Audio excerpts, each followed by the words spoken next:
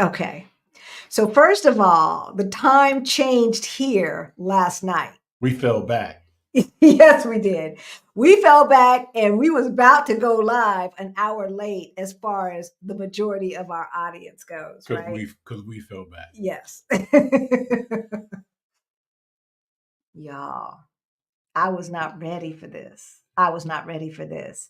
But I do have it all straight for our Move to Portugal Virtual Summit that's happening next week. That's what I do have. But wait a minute. Don't they fall back to next week? So it has to adjust again. Yes, but so Saturday is one schedule and Sunday is another schedule. I had to work all of that out to make sure that we were like on point. So we got to make sure which way we fall when we fall to make sure that we fall in the right time zone. Yeah. For here. Yeah. For the fall. Yeah. Yeah. I understand. I remember when we changed times because it was, okay, here's politics. It was all about economics. It was all about preserving energy. It was all about the fact that we have climate change. Before they knew we had climate change, it was all about preserving energy. This whole time change thing, right? Like, and so, but now, like, they don't teach that. So kids don't know, like, why are we changing times? Why is all this relevant? Climate change, y'all. That's why. That's why. Because we want to preserve energy. All right. So to get to what we're talking about today,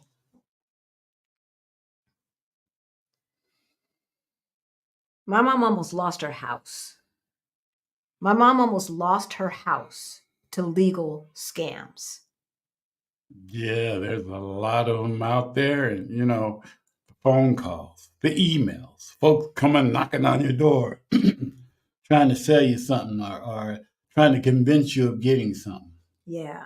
It's never ending. It is never ending. And for those of us who are in the sandwich generation, who are trying to help adult kids or raise our older kids and taking care of mom and dad, right? Mm-hmm. And seniors at the same time, it is difficult. I mean, we've had to navigate my mom and my dad through a myriad of legal scams created to seduce seniors into giving up their money. Hey, let me tell you, into giving up their wealth. Let me tell you about your daddy.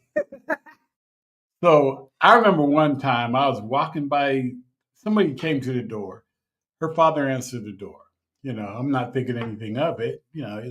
Probably somebody asked for directions or something. And all of a sudden I see him pulling his wallet out of his back pocket, getting his bank card, getting ready to give information to somebody. It's like, whoa, whoa, whoa, whoa, whoa, whoa, whoa. What are you doing?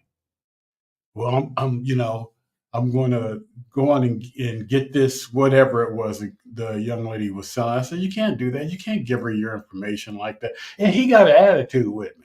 Yeah, he did. Like, I'm grown. I'm grown. I was about to say, I'm grown. I was like, Lord have mercy. So we banned him from answering the front door from that moment on. Well, not only that, I took all of the cards that would have given people access to his money. I took those cards away, and all he had was his ID. So that's all he could give was his ID. He didn't even have his social, but he had remembered his social security number. So that's the thing, right? Yeah. Like his social security number was in that brain. I bet you he could say that. He could probably say it now. Right? Yeah. Right. But and what we're talking about, like that was a legal thing, right? Yeah. And not necessarily nefarious, not necessarily something that was a scam. It could have just been, and this is one thing that, interestingly, for my father, that he decided to support in his later years was the police union. And I think it was the police union. Yeah. Right? Yeah. And it's like, really, Dad? Mr. Fight the Power? Mr. F it to the man? You gonna support the police union now? Interesting, right? Interesting. So legal. Oh, yeah. Totally legal. Yeah. And yet, I don't think he realized what he was giving up. I don't think he realized the commitment that he was making. He did not fully understand the impact of the commitment that he was making. Yeah. And that's the thing. So that's what we're going to talk about. Excuse me. We're going to talk about, this. What we're going to go through 6 pitfalls, what they are, the issues, and the potential outcomes of them. Yeah. So, but before we do that, we should introduce ourselves. Okay, baby. I love you. I love you back. Hey, y'all. My name's Halisa. And I'm Rick. Welcome to Our Black Utopia. On our channel, we talk about money, we talk about travel, we talk about retiring abroad as we build generational wealth. We help folks who look like us, getting close to retirement age and forgot to plan, get their money straight so that they can retire on time or maybe even early. Early is always right. good. All right. So what are we talking about today? what are we talking about? So our thing says 7 scams, but it's actually 6. It's 6 scams. Black seniors tend to fall for. Yeah. And it's not only Black seniors. Don't put it, because I'm a Black senior, and I ain't falling for all that right now. No, but there are so many who do. And there are so many who are your age that do, right? Like there are so many who are my age that do. And so these are legal scams, right? Like this is not somebody calling, talking about they're from your internet company and, they're trying to get your information. You're like, yeah, right. I know my stuff's paid off, right? Now, my mom would fall for that. She's like, oh no, I don't remember, And so anyone who's close to dementia might fall for that. Those are illegal scams. We're talking about legal scams, things that are legal, things that could have a potential financial uptick in your wealth, but usually do not. That's what we're talking about today, right? So for those of you who are new to our channel, you may not know that in 2018-ish, Rick and I got a wake-up call. We were getting close to retirement age. We looked at our money, and it looked crazy. It was crazy. I know, baby. It was crazy. It was crazy. But we got our financial life together, and within 3.5, 4 years, we went from negative 22,000 to over 1.1 million in net worth. If we can do it. You can too. You can do it too. All right. And so with that, we are going to get started. So the first thing we're going to go over is annuities. With high fees or poor terms. But before we do that, so I'm just going to give you the 6 things. I'm going to give you the 6 things, and then we'll say hello to who's in the audience, right? Okay. And then we'll get to the details. Number 1, annuities. We have had so many coaching calls with folks who have annuities, and it just breaks my heart because I know had they put that same amount of money into something else, they would have a different result. So annuities is number 1. Number 2 is index universal life insurance. Number 3 is reverse mortgages. Now, y'all have heard us talk about that. We talked about that when we talked about the high cost of taking care of elders, right? Mm-hmm. And so if you haven't seen that video, we're going to put a link in the description. I don't know. Probably down over here, over there. Somewhere. We're going to put it. It's going to be So reverse mortgages. Number 4. Long-term care insurance with restrictive conditions. Right. Number 5 is structured settlements or cash advantage loans. Oh, yes. Cash advance loans, not advantage, cash advance loans. And then lastly, number 6. High fee financial advisory services. Now, the 7th one that I wanted to put in there, and I did not have enough time to research, is timeshares. Ooh. Good old timeshares. Timeshares, y'all. I'm just going to say, before we get to who is in the audience, I'm going to just say a couple of things about timeshares. First of all, I never fell for it. I never understood it.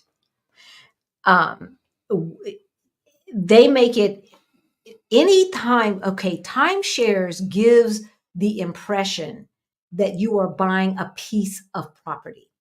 And so, see, this is what happens when you work around rich white folk. Rich white folk don't have timeshares. Mm-mm. No, they don't have timeshares, y'all. But what they do have is an eighth or a fourth of a vacation property. Yeah, that they have ownership in. That they have 100% ownership in. Eighth, well, not 100% in the eighth, 100% in the fourth, 100% in the half, right? And so in like, especially in Colorado, when it comes to the ski resort properties, it is not unusual to buy a fourth of a ski lodge or an eighth of a ski lodge. And then you enter into an LLC in which the rules are already spelled out. And then you buy an eighth of the value of that house at that time. All right. And so you can sell at any time, and you're selling an eighth of the value of 22224 Hummingbird Lane in wherever, right? Ski lodge or lakeside property or whatever, right? That's what rich white folk do. They don't do this timeshare nonsense. That's not what they do. That's not what they do. Okay. And so they're gaining equity. They have a write-off and all of that stuff. Now, I don't know what the write-offs are for timeshares, so I'm not going to even lie. But all I know is it's really, really, really, really, really hard to get out of it. Mm-hmm. That's a red flag right there, right there. With what I'm talking about, all you have to do is put it on the market. You can put there's an MLS that says $100,000 for 1/4 of the ski lodge, $100,000 for 1/4 of this lakeside property, etc. You get what I'm saying? And so that's not the case with timeshares. I don't get it. I don't understand it. And the fact that it's so hard to get out of it leads me to believe that it is a legal scam. Well, a lot of people feel that, getting into them, they can take vacations anywhere because they taunt you with the thing of, well, you can take vacations anywhere in the world that you want to take them.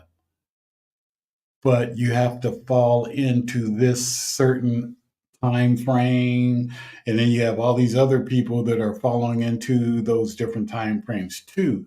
So you got to work around other people's schedules. You have to work around everybody's schedule. People are paying $100, $200, $300 per month for this timeshare. What if you put that same amount of money into a high yield savings account? What if you put that same amount of money into a CD? Couldn't you afford the same vacation? Y'all, seriously. Timeshares to me are like those home warranties and like life insurance plans when you ain't got no kids and you've got a savings. It's like, why would you pay in advance and let somebody else hold your money for a vacation that you're not going to you're not able to take whenever you want it because you work at one of them jobs, right? And so you're giving them $100, $200, $300 a month that you could be putting aside yourself. You don't need somebody else to save money for your vacation.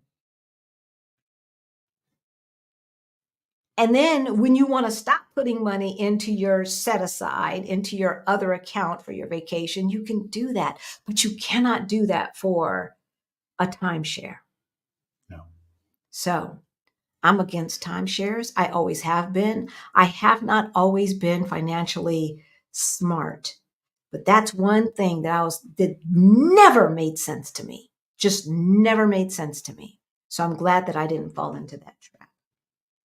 Some people make it work. My old pastor made it work. Like he was taking vacations in France and every single time he had the ability to use their timeshare, they took it and they did it within Colorado. They did it within, France and this and that. But I still would want to see how much have you paid over that same amount of time? And could I have let you do the same vacations for less money? That's the question. That's the question. So with that said, we've got six different scams that our people or people that we know have fallen for, that lessens the amount of money you have when you are wanting to retire, and or stops your ability to be able to retire. And with that, we're going to say hello to who is in the audience. Hello, Greta. Hey, Greta. And fellow utopians. Greta, I just sent you an email. Check your email. Hey, Helen. Hey, Helen. Good to see you in the chat. ABX girl is here. We love you. We love you. Teresa, happy spirit. Happy spirit. Mm-hmm. Sounds new. Right? Sounds new. Welcome. If you're not new, thank you for showing up. And I'm sorry, we're just now noticing you. Hey, Allison. Hey, Allison. Good to see you in the chat. CK is in the chat. Bobby from Colorado. Hey, Bobby. I hope you voted. Did you see our Secretary of State on the news talking about getting them people in line, making sure they're not cheating with the voting? What's going on with Mesa County? I know what's going on with Mesa County because I had to know about every county. Baby girl just got sentenced to 9 years in prison. Right, and they still tripping. They still tripping. All right. But our wonderful Secretary of State and Attorney General are on the case. Hey, Action VJ. Just another week and we get to hang out with you. We are so excited. Well, I'm excited. You excited? I'm excited. I am excited, right? Right. Give us a like. If this is information that you want to hear, if this is information that you find valuable, please hit that like button. Hit that like button. Right, Valerina? Good day, everyone. Chatting from sunny Central Texas. Hey. Okay, go vote. Go vote. Teresa is in the house. Happy spirit. Pinky is in the house. Hey Jametta. Good to see you. Yes, boa noite here. Bom dia. Boa tarde. In the States. Yeah, it's 1 hour earlier here. So I was not prepared for this. Like, thankfully, Rick realized it about two hours ago. And I was like, oh, SHIT. Let me get going and get myself together here. Hey, Diane. Hey, Diane. Good to see you. Happy Sunday to you too. Karen Louise. I'm working from Malamo, Sweden. Hey, you up in Sweden. Okay. Hey, now. I know that's right. Is it cold there yet? Is it cold? Let us know. Is it cold? Hey, Stuart is in the house. Vanessa Ruiz is in the house. Michelle is in the house. Marguerite. Hey, Marguerite. How you doing, darling? Hey, Marguerite. Martin is in the house. Allison is in the house. Oh, new name. Retired 2019. I don't answer the phone. I don't blame you. Too many robocalls about these politics. Is that what it is? Retired 2019. Here's the thing. If you live in a state where voting starts yesterday, right? Like if you have a ballot, if you can vote early, and you will get taken off. Now it takes about 1 to 3 days to get taken off the list, but you will get taken off of that list. You will. Like the emails have stopped. I still get some texts, but they have gone down tremendously. Now, mostly it's about give me some money as opposed to did you turn in your ballot? What do you think about this? And all of that stuff, right? Yeah, so give me the money. Hey, I gave a little bit of here and there. Did you? Yeah, I gave Colin Allred some money and who's the guy that's running in Arizona. Okay. So, Okay, Kelly. Couple bucks. No, not Kelly. He's not. Isn't that Arizona? Yeah, but he's a Senate. I was talking about. Congress. Yeah. Okay. Look at him, Mr. I Hate Politics, giving money. So look, y'all, our democracy's on the line. So we need you to vote, and we need you to vote for democracy. Okay, that's what we need you to do. And then we need you to vote up and down the ballot. That's what we need you to do to make sure that all of the things that the the person who is for democracy believes that she can get done. She can get done. All right. So, the reason why we have all of these deaths is because we forgot to vote down the ballot all the way to dog catcher. All right. That's what we need you to do. Boa noite, Stephen. Good to see you. Michelle, that's one thing about our seniors. They feel compelled to answer the door and answer the phone. Yeah. Yeah, they do. Okay. So, my mom is in assisted living, right? The people who are taking care of her have taken her phone away during the day. That's how bad it is. That's how bad it is. So CK is on point. You know what time it is. We need put a Q in front of your if you've got a question or comment that you want. Hey, Edith. Hey, family. Yes, my cousin is trying to help her dad. His cousin had her dad sign a quit claim deed. See, that's what I'm saying. That's what I'm saying. The French hitter is in the house. I recognize your name, but you're still relatively new. So we thank you. Hey, Tony, looking on Facebook, and we're also streaming on LinkedIn. Teresa, happy spirit. Hello, hello. Edith Donaldson. Gosh, these are, I'm going to go ahead and star these because these look like questions. Well, they look like testimonies. They look like testimonies. Yes. Action VJ. It is crazy. It is. Thank you, Edith. Yes, both of us are feeling better, and we need to, because next week is our Move to Portugal Virtual Summit. We've got 1 week. We are less than 1 week away, and oh my God, I cannot wait till it's over. Oh my God.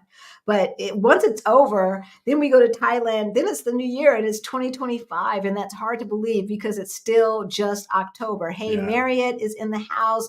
Beverly Kyer. Beverly, let's keep in touch. Let's keep communicating. All right. I see you. I know you're here, and I'm working on it. All right, baby.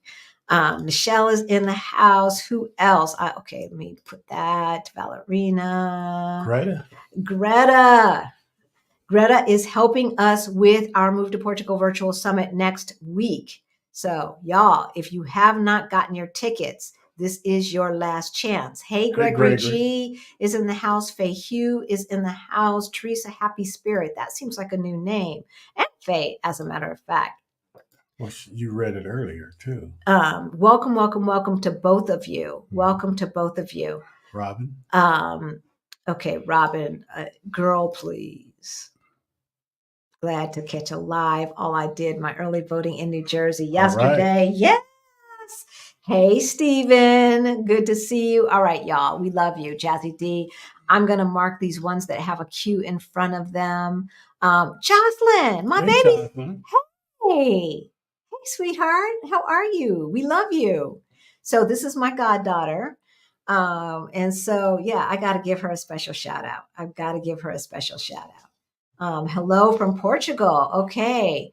Wow. Thank you all. Thank you for tuning in. I'm going to go down and make sure I catch, Colin Allred.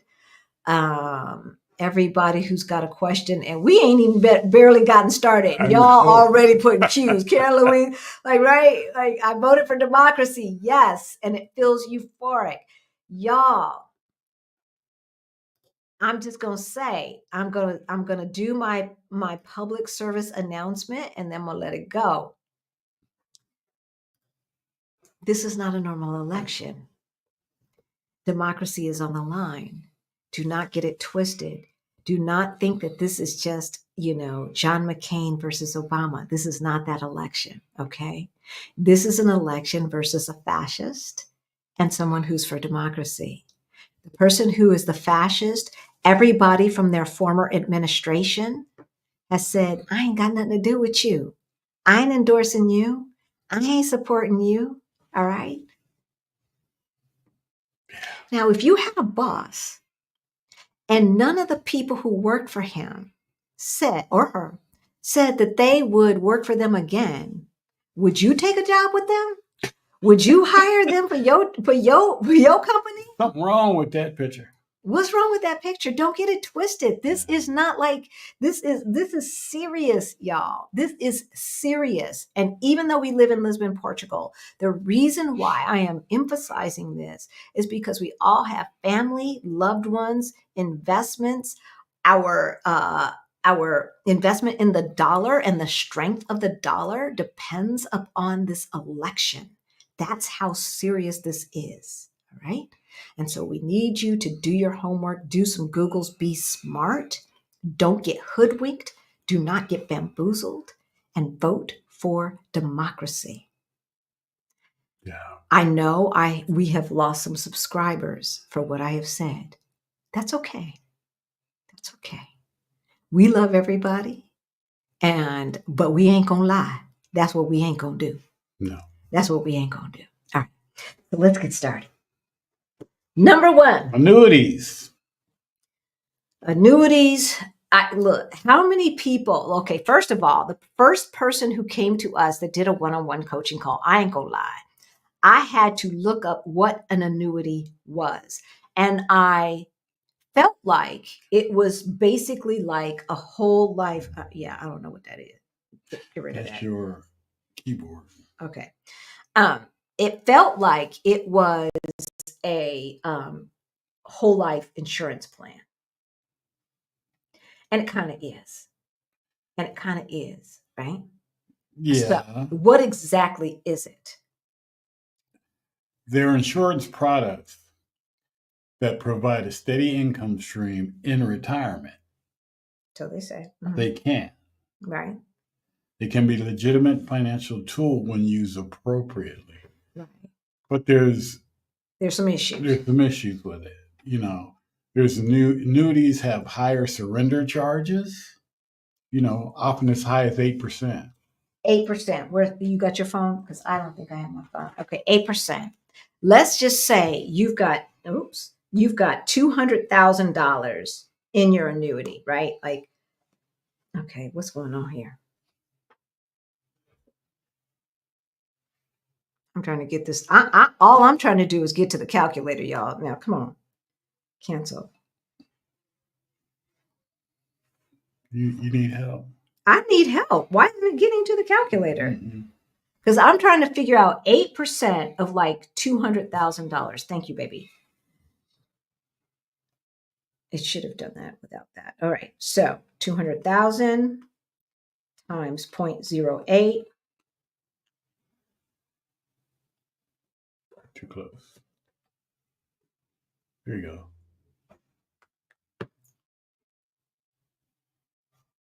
$16,000 in fees? Are you kidding me right now? Are you kidding me right now? Yeah. It gets crazy. It gets crazy. Yeah.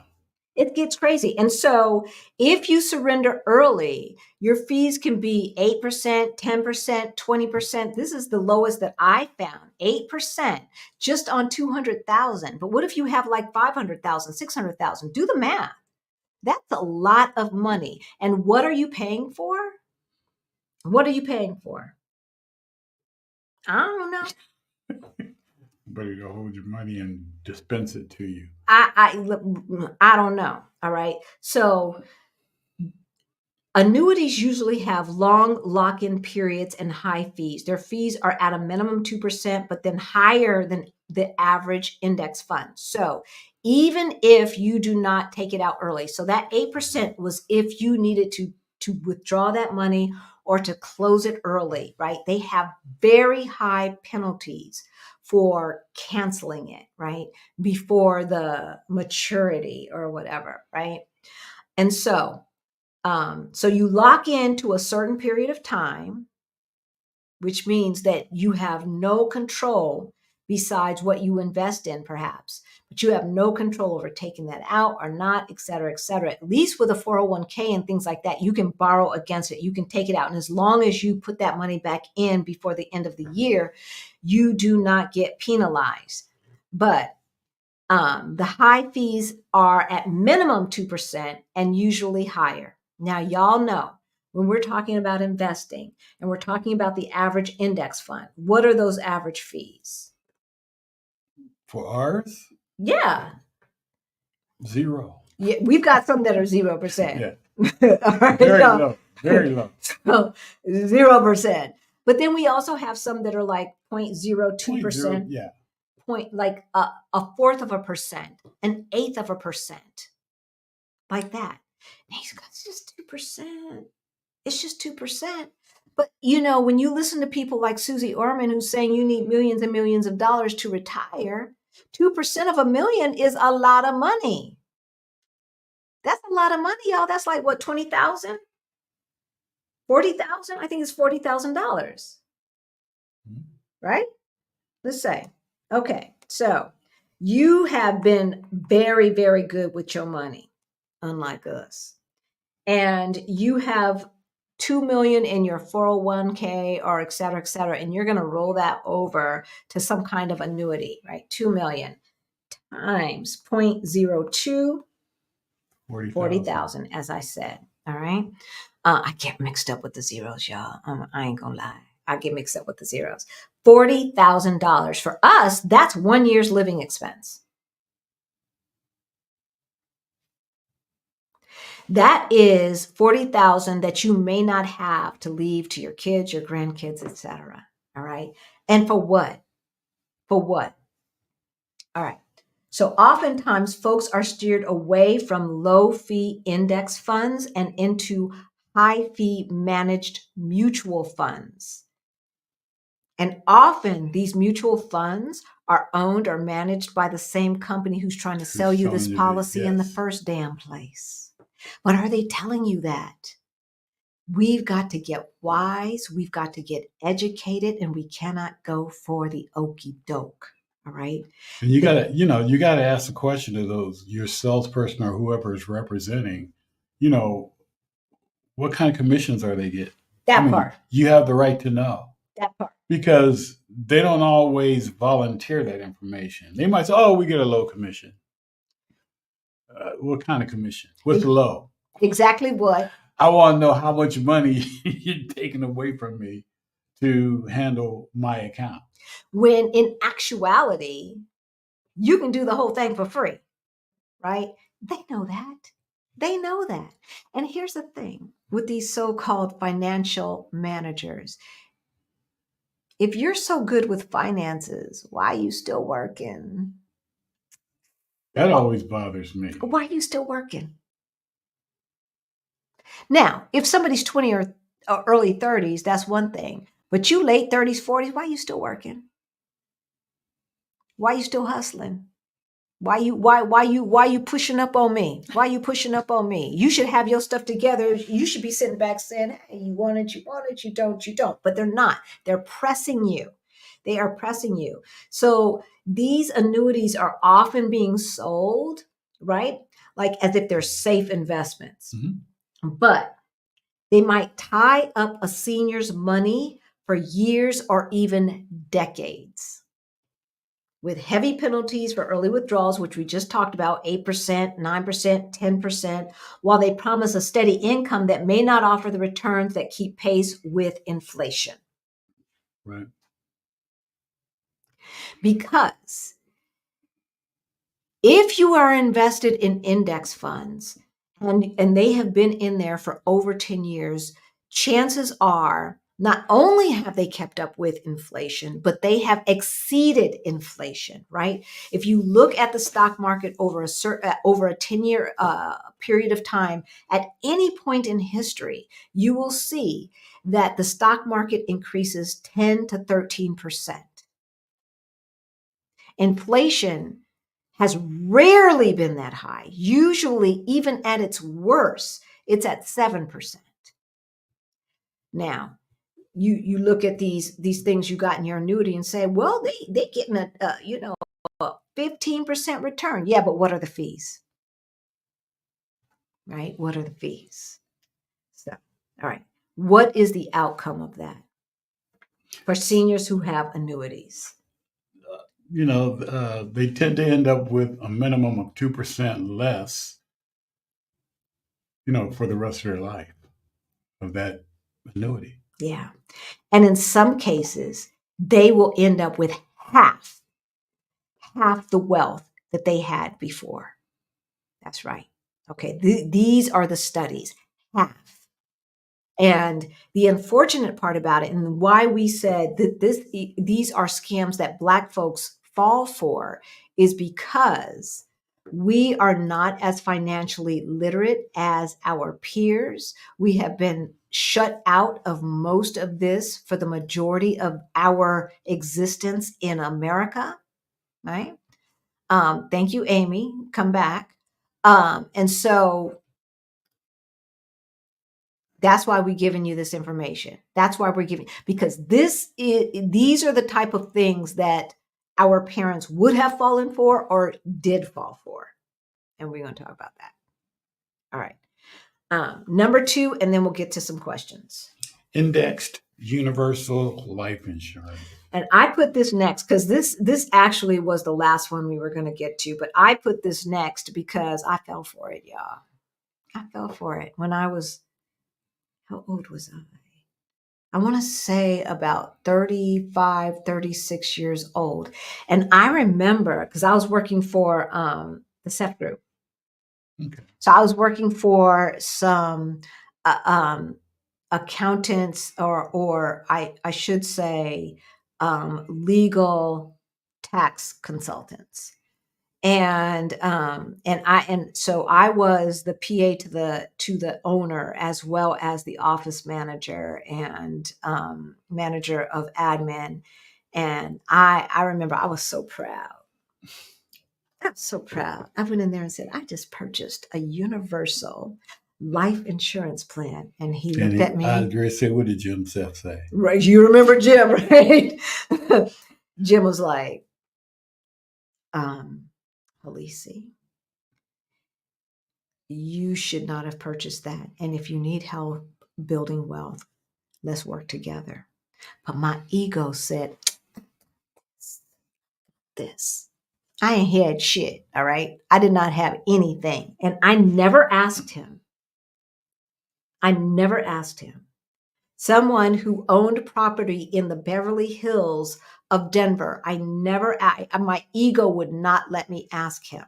But now I know. And I knew shortly thereafter, once he said that, then I started doing my research.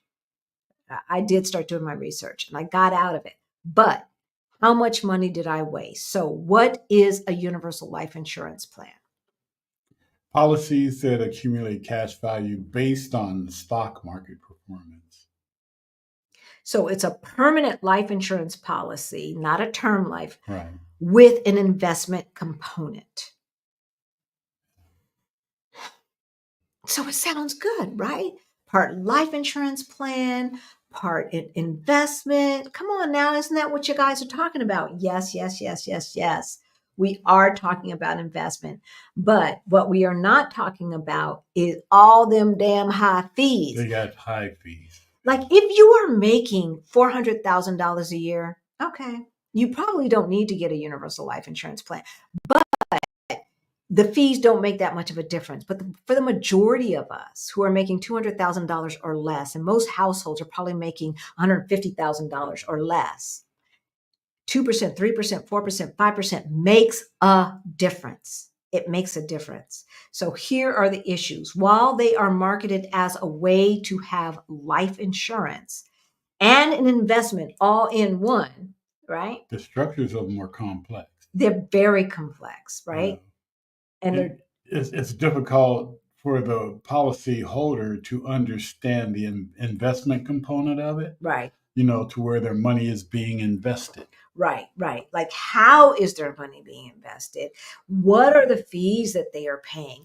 They make you sign like all this paperwork and they make you go through a physical. I remember that, right? And all of this other nonsense, test your blood to make sure you're not a non-smoker and all of this other stuff. Really? This is how we feel about life insurance, and then I'll get to the investment part of it. If you are a parent who has kids under 21, maybe even under 26, but let's just say under 21, right? And you don't have a significant savings, then perhaps you should have a life insurance plan.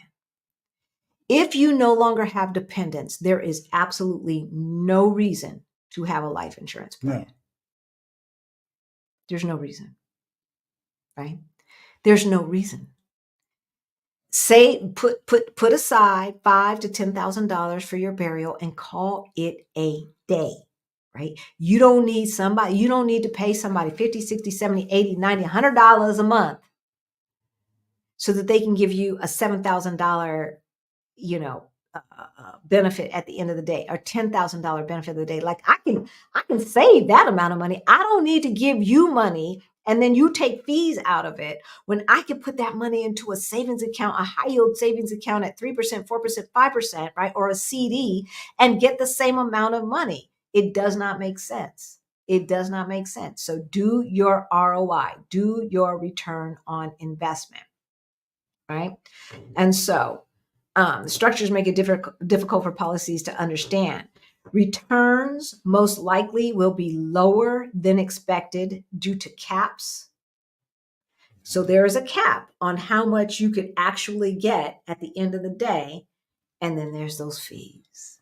Always got fees. Because if somebody else is helping you do something, they're going to charge you. They ain't doing that for free. How you think they make their money? How you think they make their money? They make their money off of you, and they make their money off of selling you something that they get a commission on. Oh, yeah. Right? Right. So some of the fees that may be included in your policy are administrative fees. Right. The cost of insurance. Right. The fees for insurance. Right. Premium expense fees. Right. And surrender fees. Surrender fees. So if you try to get out of it early, we're going to charge you for that too. We're going to charge you for that too. That's what we're talking about. So in addition to other fees, policyholders must pay for the actual life insurance coverage, yeah. Right? And this cost of the insurance increases as you age,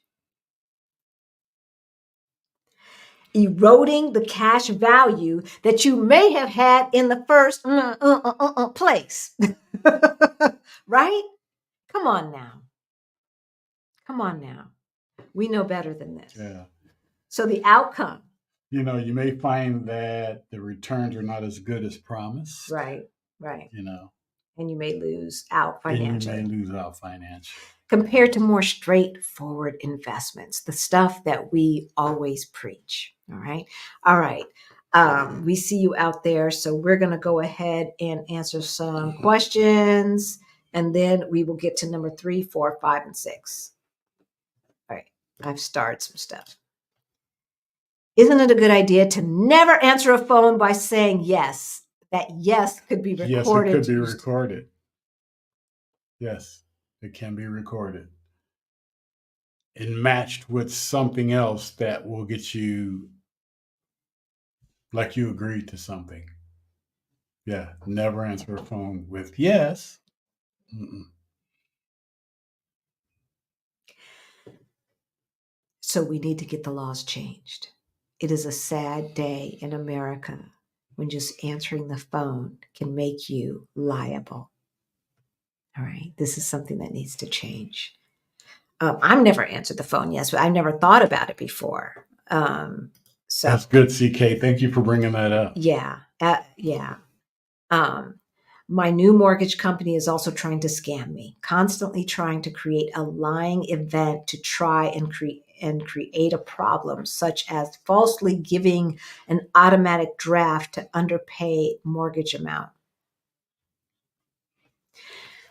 We also have to be careful when we refinance our homes or when we finance our homes, right?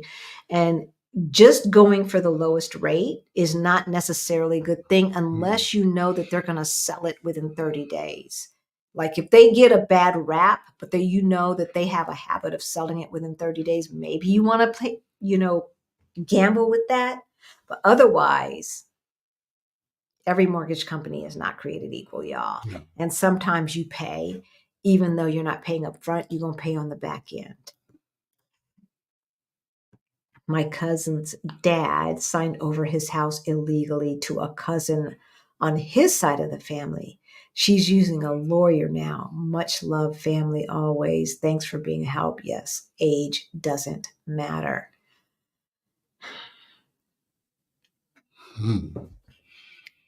Okay, we also know of a situation where a couple was separated, but they still jointly owned the home. The husband got a second or third out on the home and forged his wife's name. Then he died. And she got stuck with having to repay that loan. Be careful, y'all. Be careful. Be careful. That's all I'm saying. Yeah, that's the thing about timeshares. They're almost impossible. That's all to I'm get rid of. saying. They really, really are. They really are. Like I said, I never understood them. It just didn't make sense to me. It did not make sense to me. And it's not like my parents were that sophisticated, but I did have two great uncles, because they were my grandfather's brothers, who were real estate investors. And I don't know if I overheard a conversation or whatnot, but it just never made sense to me. All right. Hello, everyone. We have 2 timeshares that we don't need. Here we go. Husband was scammed by a law firm that purported that they would get us out of them, but did 6 months of nothing but take our money, but did not do anything within the 6 months, but take their money. And so what I have to say to this is that it's pay to play. Like if I were hiring an attorney to get me out of a timeshare or something like that, my payment would be based upon results, right? Like maybe you give $1,000 to get them started and say the rest is dependent upon whether you are successful or not, right? The fact that people can get paid and then not do the job and keep getting paid and keep getting right, like that don't make no sense. That does not make any sense. And so y'all be careful and be smart about it and go ahead and ask for what you want. Ask for what you want. It doesn't, if they say no, they say no, but at least you're not out of the money for paying them for something that they're not going to deliver on. Right. See, they don't like to see me coming. They do not like to see me coming. I see you, Greta. I see you, Greta. All right. I'm glad that you responded. Okay. Vote up and down the ballot. But research in New York, Prop 2.6 or 2 through 6 is some nonsense by the mayor. So you should be voting no, according to Nichelle.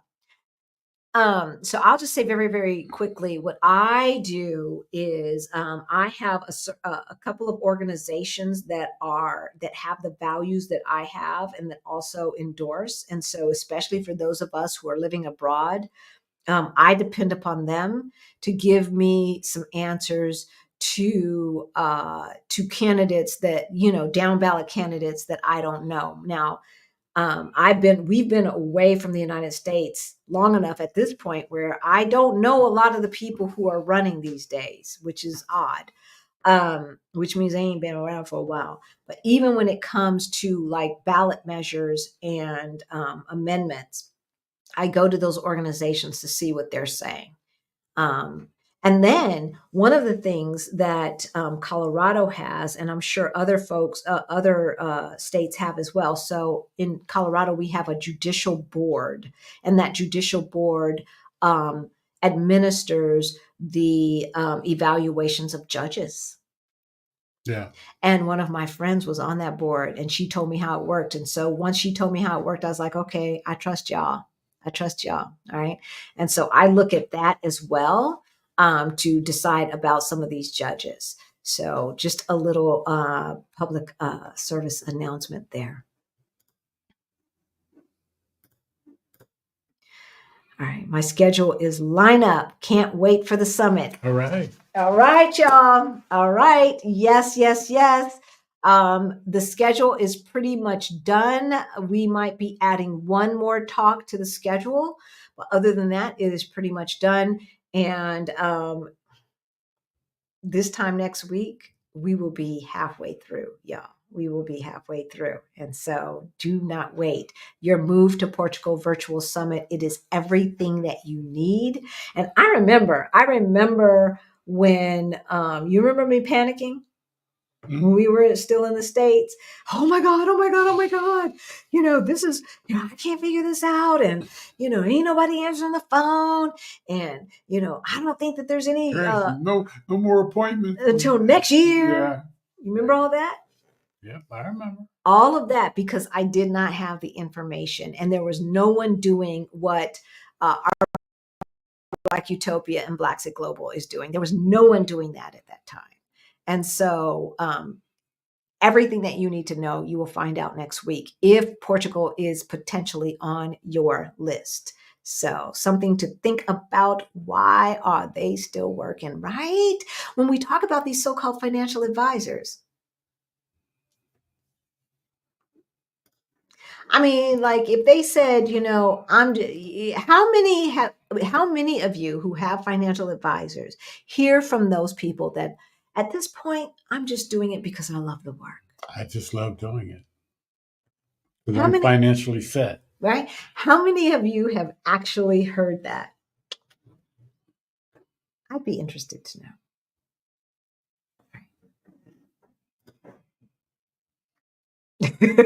I don't know what look it is, but I know how I do.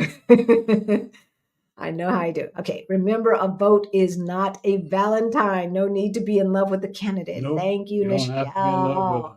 Thank you. No, we are voting for democracy. Oh my gosh. All right. I'm going to go all the way down to the end and go back up and see.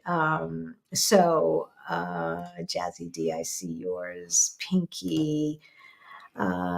Michelle again. Oops. Did I get it? Did I do it? I don't know why it does that.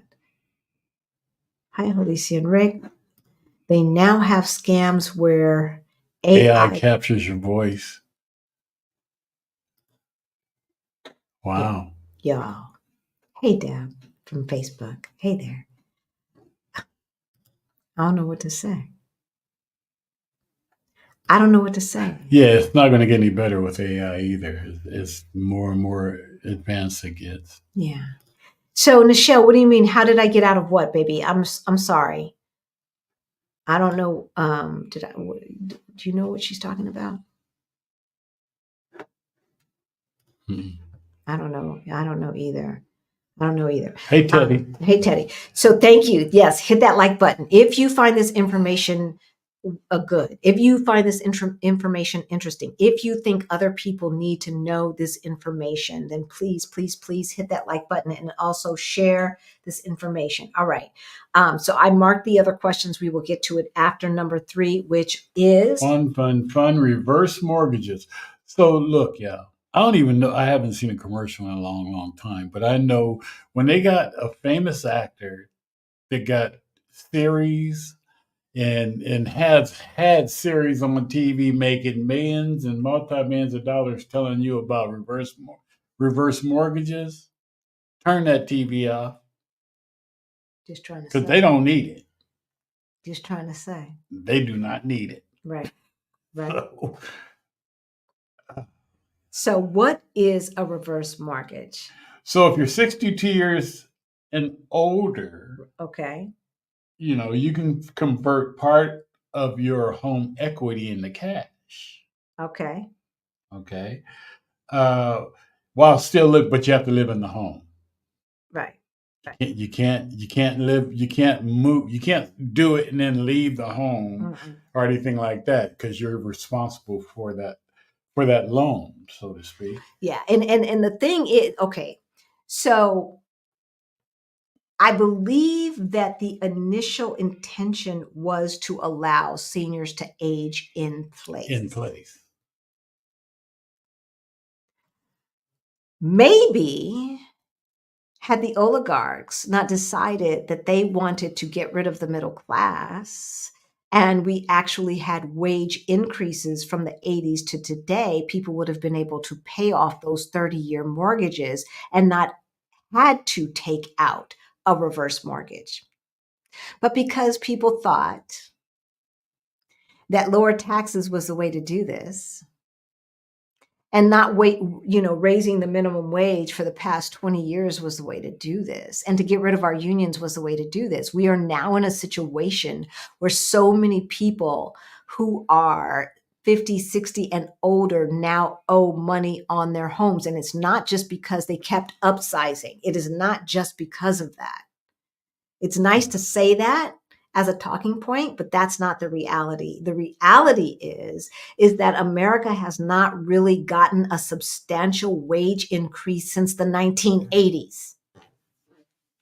We are making less. We have less buying power today than we had in the 1980s, hence making the perfect conditions for this reverse mortgage scam.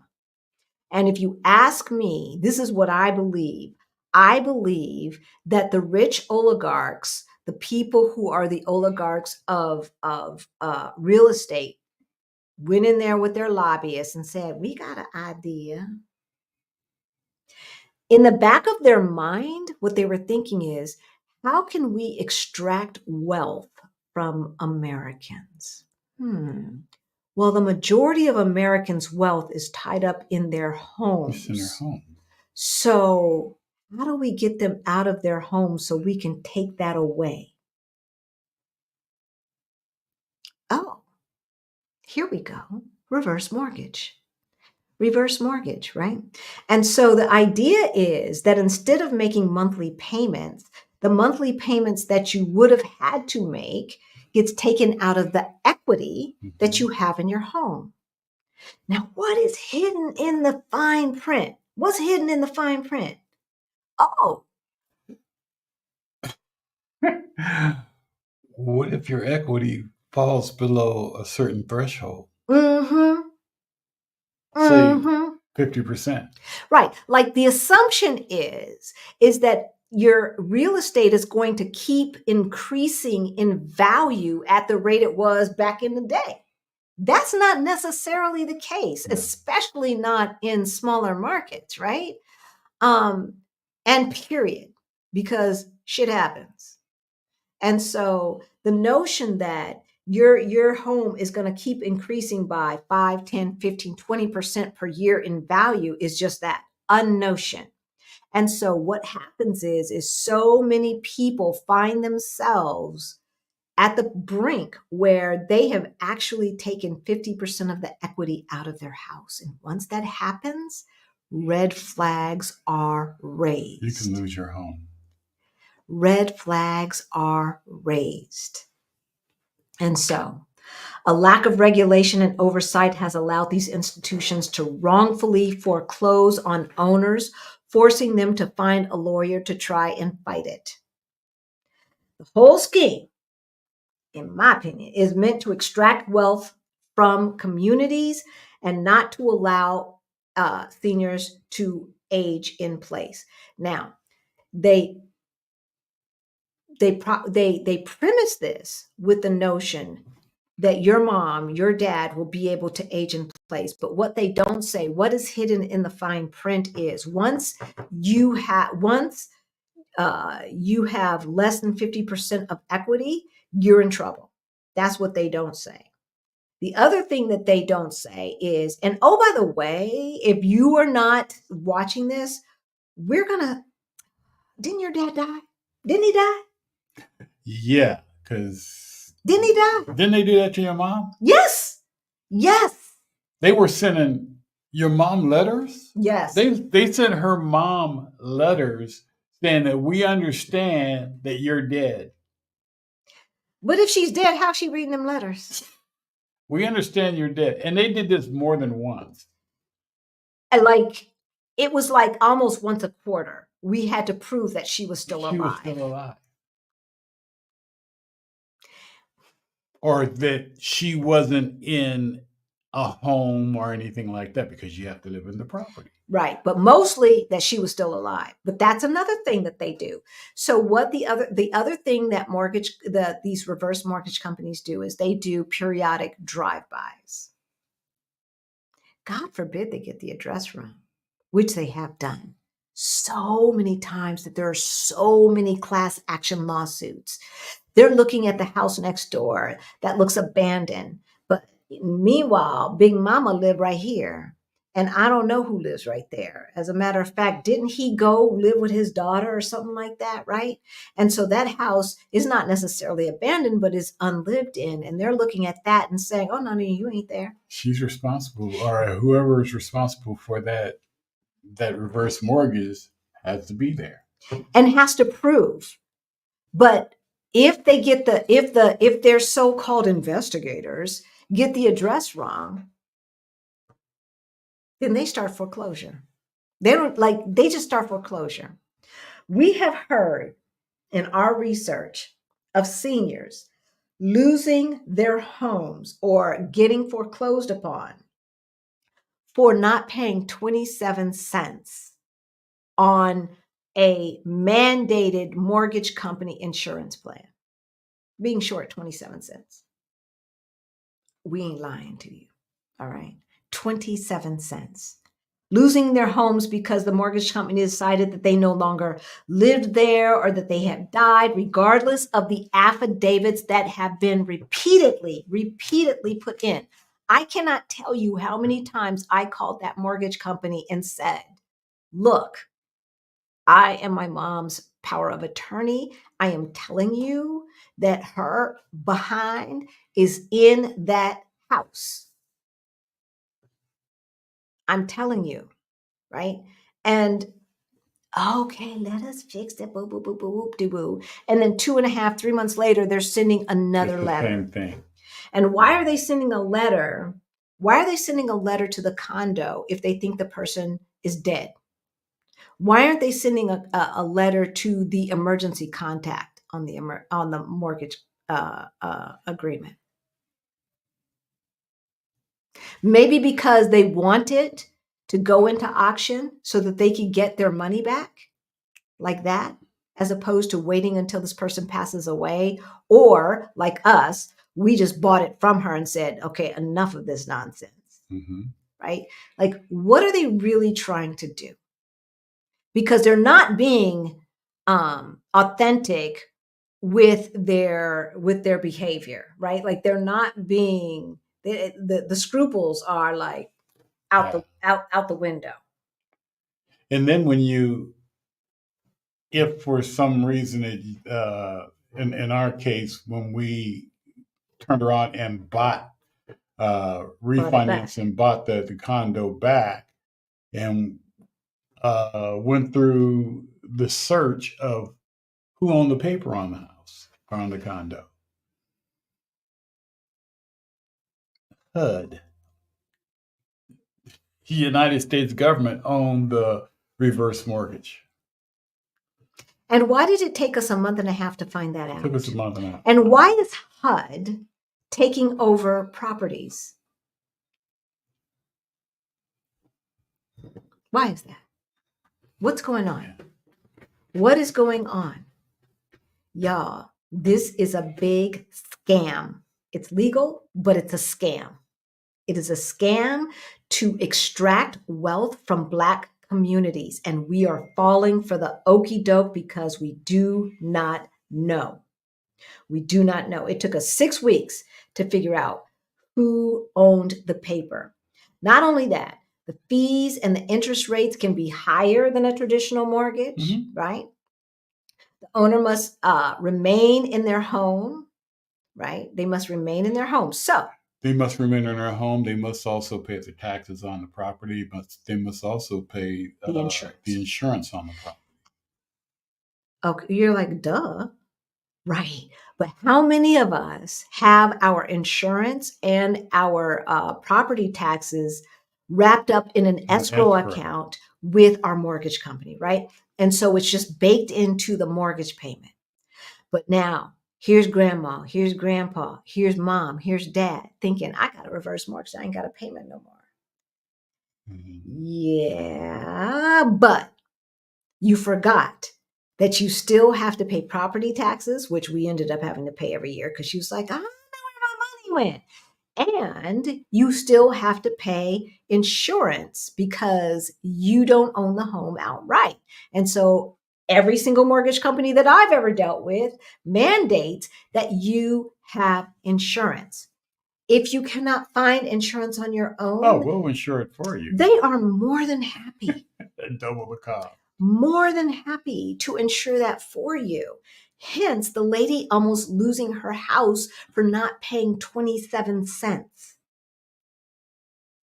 for a mandated insurance policy that was owned by the same company that owned her mortgage. This is what they do. This is what they do. All right. So while reverse mortgages can provide immediate cash flow in that the owner no longer has to make those monthly payments, right? So if they were paying $1,000 a month for their mortgage, now they've got $1,000 coming in that they no longer have to allocate towards their mortgage. But obviously, it's going to reduce the home equity. And a lot of times, a lot of our moms and dads don't understand that, yeah, I know you want to leave this house to us, or I know that you want to leave this house to your grandkids, but there's not going to be any equity in it. It can come at a greater cost to your loved ones. And so, right, like I helped my mom buy that house back in the 90s. I put down the down payment, right? And so then buying it back, like, okay, all she had to do was just pay that.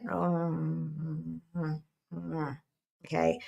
She got a reverse mortgage against our wishes. And now buying it back, it's like $200,000 to $300,000 more than it would have been had she just not done anything and just let us pay the mortgage in the first damn place. But her ego would not let her.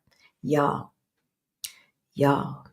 If you are of a certain age, do not make this mistake. If you are of the sandwich generation, do not let your loved ones make this mistake, especially if you are going to have to be financially supporting them in their older years. All right. So we'll get to the number 4, long-term care insurance with restrictive conditions, but let's see what you all are saying in the comments. Let's go down to the bottom. And Teresa, happy spirit. Okay, I'm marking these so I make sure that I don't miss any of them. Greta. Geekalicious. That's a new name. That's a new name. Welcome, welcome, welcome. I could see my son naming himself Geekalicious because he's goofy like that. He embraces his geekiness. All right. Okay. So Jazzy D, will your summit be available online after the lives? Yes. But the price difference changes. So you might want to go ahead and purchase it now. Because just getting the replays is not going to be as advantageous as it would be if you just bought it now. But yes, there will be replays. The general pass gives you replays for 30 days.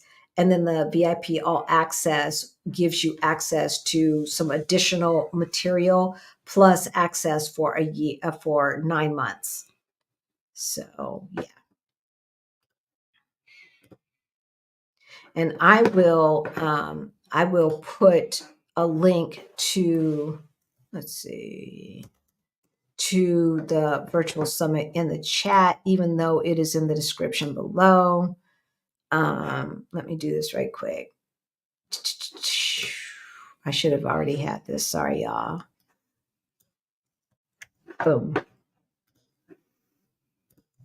Boom. All right, there it is. There it is.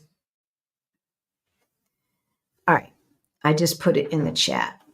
Sometimes the number looks like a local number, and if I have upcoming appointments, I will answer. I always say, "This is she," when asked if I'm the person, or hang up if there's a lag after hello. Right? Like you know when it's going to be some kind of recording or some kind of nonsense, because there is always that gap.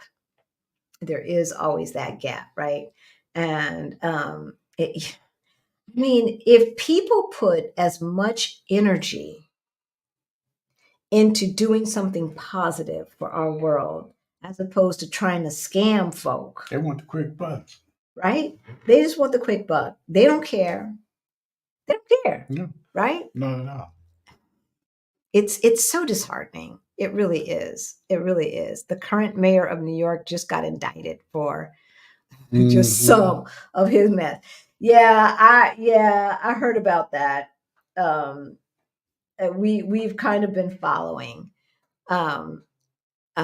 what's happening with the New York mayor, and black people should know. I don't know why black people get into certain positions of power and forget they black. Like if anybody's gonna get caught doing something they shouldn't be doing, it's gonna be us. And so you just need to keep your nose clean at all times. You got to be above reproach. Above reproach. That's what my daddy always said. Be above reproach, right? Like everybody's gonna say, "Oh, I know Lisa didn't. I know Rick didn't do that," right?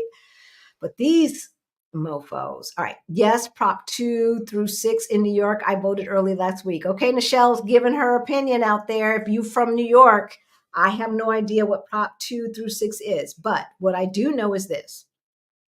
A proposition is a change to law. An amendment is a change to your state constitution. Be very careful with what you vote for amendments, because for most states, it's very hard to change the Constitution once you have amended it, okay? So if it's something like, if you don't know, vote no. Vote no, because it's going to be hard to change it in retrospect, okay? Amendment, change to the Constitution. Proposition, change to law. Both are changed to laws, but one is easily changed with just a change in the state house, in the representatives and Senate, right? And the governor signing it. Whereas the other, I don't know, in Colorado, it's got to go on the ballot and this and that and the other. It's this big, huge thing to get our Constitution changed. So anything that's going to change our Constitution, we need to think 2, 3, 4, 5 times about. What are some good reference materials for beginners? Hey, Tase or Tace? Not sure how you pronounce that. If I were saying Spanish, I'd say Tase. Tase. If I said it in English, I'd say Tace. I'm not sure. Good reference for material for beginners on what, baby? Let us know, and we would be more than happy to answer your question, CK. Isn't it true that many investment saving insurance accounts don't pay out the investments or savings that the insured accrue above the face value of insurance accounts to the beneficiary? I don't know, CK. I don't know. Because it sounds like what you're talking about is annuities or that whole life insurance thing, right? I don't know, because I don't buy those. I don't buy those, right? Like once we had through his job, we had a life insurance policy for me that was valued at $65,000, but it was through his job. So we were paying like $1.50 per paycheck to have that. $3 a year, a month, or $3 times 26, right? So whatever, $50 a year. Big effing deal. But if we had to pay for that through our own means, through, something that was not employer based, it would be about $100 to $200 to $300 a year. Why should I do that when we have more than that in our 401ks and stuff like that, right? And so once I understood, like, what is the point of an insurance plan? Insurance plan is to make sure that your loved ones are not having to pay for your transition, right? And then maybe there's a little left over for them. Well, once you have that amount of money set aside, you don't need it. You don't need an insurance plan. So I don't know, CK. I don't know. But this is something to ask if somebody has been trying to sell you an annuity or a whole life. We do not believe in paying fees on stuff we can do ourselves, especially when the so-called experts do not have better results than we have on our own. Hello, Jazzy D. So glad you're back. Given the crappy healthcare system in the US, yeah, do you recommend long-term health insurance? We do. I have an LTC because I've had it since I was in my early to mid 30s, and it costs me like $18 a month. Well, something like that. About $20 a month. But that's just recent. That's just in the last 3 years. Before that, it was costing me like $9 a month. I was able to port it, like it came through my employer, and I was able to take it with me. So yeah, if your plan is to stay in the United States, I would say that you probably should have a long-term care plan. Now, if Kamala gets in and she gets the Senate and the House to support her, she wants to put long-term care into Medicare, y'all.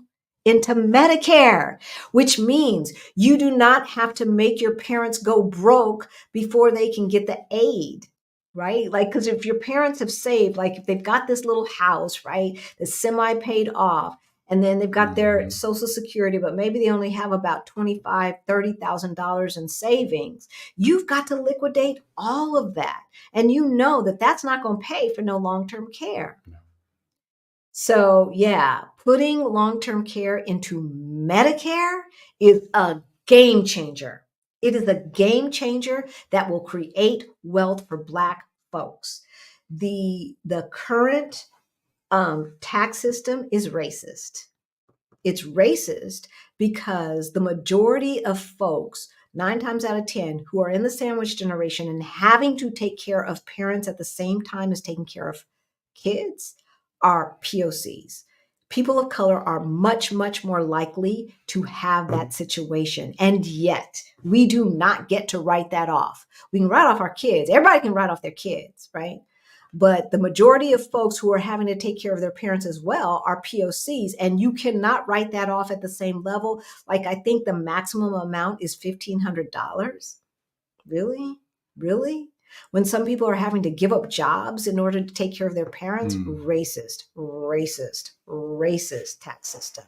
So if we can get this put into Medicare, it is especially going to have a positive impact on people of color. And I'm so excited about that because y'all know who have been following us since the beginning, all of the nonsense that I've had to deal with this system trying to get help for my parents. Something to think about. Why are they still working, right? Read that. Right. Still talking about those folks who are so-called financial advisors. Do you think the goal is to take seniors home? Yes, Teresa. Absolutely. Yeah. Why are corporations buying up single-family homes? Right? Like, one thing that is finite is the amount of space we have on this planet.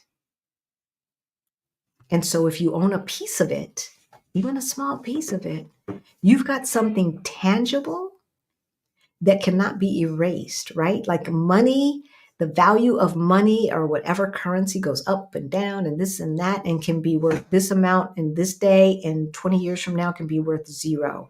But land, right? And that structure that is on the land, that is something tangible.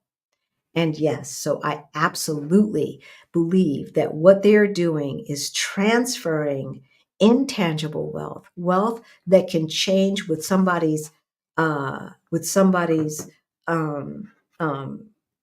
insecurities, with somebody's emotions, right, through the stock market, right? That can change. The value of my Apple stock, right, that can change. Mm-hmm. Just on somebody's, oh God, I think Apple's losing its way. Somebody says that, and then boom, stock goes down. But that piece of land is going to be more valuable as time goes on, right? And so absolutely, I believe that. Or they should send the letter to the estate of the person if they truly believe the person. Thank you, Valerina. Right? Like, if you really believe this person was dead, why are you sending a letter to the house of the dead person? When you know on each mortgage agreement they have a beneficiary, why aren't you sending the letter to them saying, look, your person's dead, you need to come see about this house. Are you going to buy it, or are we going to take it from you? Like, right? I never got anything. Did you ever get anything? No. We never get no that. No, because that's not what they're about. That is not what they're about. They are about extracting wealth from Americans. I know someone that lost their fully paid mortgage to a reverse mortgage. Yeah. They eventually passed away and their house was sold. Yeah. This is how we're losing wealth in the African American community. You got to stop and look at it, especially, for Black families and stuff like that, families of color. Most of the time, if a parent has reverse mortgaged their home, who can actually step up and, refinance that property?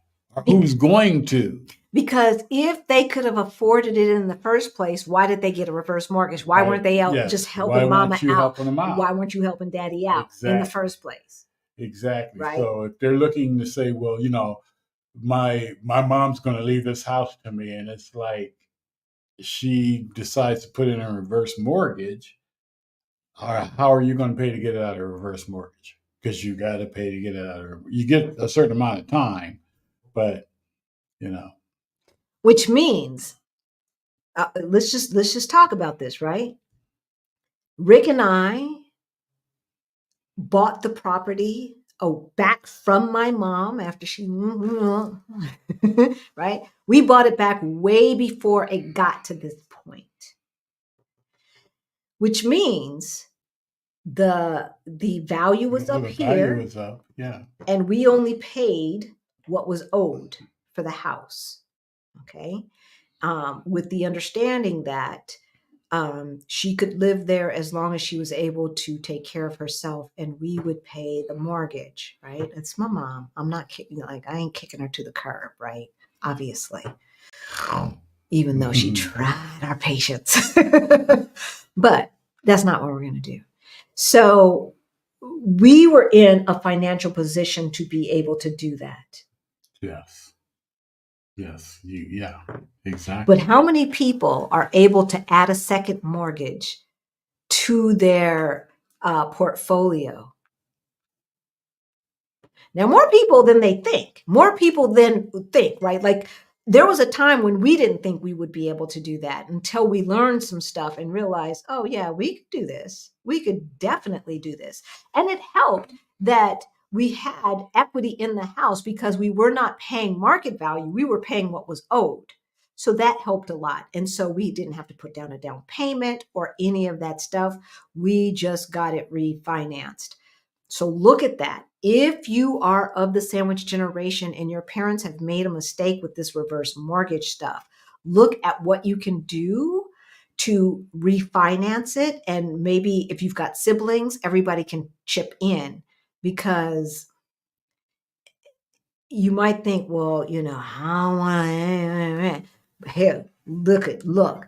If they get over 50%, losing 50% of the equity in their house, they might be homeless. Your parents might be homeless. And then what are you going to do? So now you done lost the property, and somebody got to put mama and daddy up, or mama up, or daddy up, right? So be smart about it. Be smart about it.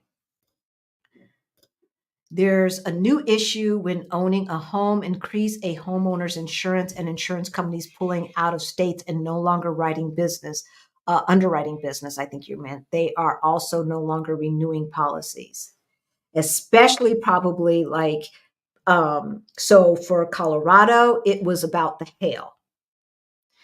In Florida and It's all the of that, it's hurricanes. probably about the hurricanes. In California, it's about the earthquakes, right? And then if you're in a flood zone, it's about that. So yeah, be very aware of that and then budget accordingly. It's some baloney. Like that should be against the law, right? That's the whole Yeah. point of insurance. That is the whole point of insurance. And so what they're saying is, yeah, we want to give you insurance as long as you don't use it. We don't want you to use it. Can you also warn people about reverse mortgages and how to protect your assets and by putting it in a trust? Thank you, Geekalicious. So yes, I'm not sure that you can well, yes, you can put a reverse mortgaged home in a trust because that's what my mom did. That only helps if the person who is the beneficiary can afford to get it refinanced. Yeah, they have to get it refinanced regardless. Right? Right? That's the thing. If you cannot afford to get it refinanced, if you cannot afford to buy it, then putting in a trust is irrelevant. The trust can buy it back, but the trust has to buy it back. And the beneficiaries of the trust have to be in the financial position to do that. So, whereas, yes, Geekalicious, thank you for bringing this up. This could save you on probate and taxes, et cetera, et cetera. Again, you have to be in the financial position to be able to afford to do that. CK, don't you think that we need a trust fund campaign to encourage our Black folks to put their homes in trust ASAP to avoid reverse mortgage vulnerability? So yeah, putting it in a trust does not avoid reverse mortgage vulnerability, CK, because Gloria Vincent was about to lose her house. Okay. And it was in a trust, but she was about to lose her house because the laws around reverse mortgage means that the senior has to be alive. He has to live in the property. They have to maintain the property taxes, or they can get the house taken away, even if you're like $5 short. Well, they find any reason. And they have to maintain homeowners insurance, okay? And so putting it in a trust does not negate those fiscal obligations. Now I'm the pot calling the kettle black. All right, CK, time to get your own stuff in order, right? Time to get your own trust there. There's okay, Greta, I'm sure you had more to say. I'm going to come back to you. What is the quick cash vehicle to descendants outside of an insurance policy? I would say your savings account and or investment account that's in a trust, and your descendants are beneficiaries of that trust. Okay. Years ago, a relative called me from another state to help them get a reverse mortgage. I said, I can't do it. I can't do that, and explained why. You do need that. You don't need that. I think she meant to say, and they listened. Good. And I tried to tell my mom, I'm like, look, I will help you pay the mortgage. The insurance scam you fell for when you were about 36. Yeah. So that was the universal life insurance, which they said, it's part insurance, part investment. I'm like, investment? Okay, that sounds good. That sounds sophisticated. And I'm sophisticated. I done come up because I'm like the Jeffersons. Okay, Weezy. Got scammed. I got scammed. And at the end of the day, when I clocked out of it, I got less than I had put into it.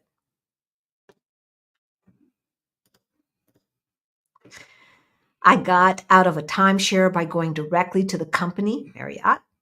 A legal group offered to free us from approximately $7,000. A timeshare company cost $1,000, the cost of the annual maintenance. Right. Yeah. So it cost them $7,000 to get out of it.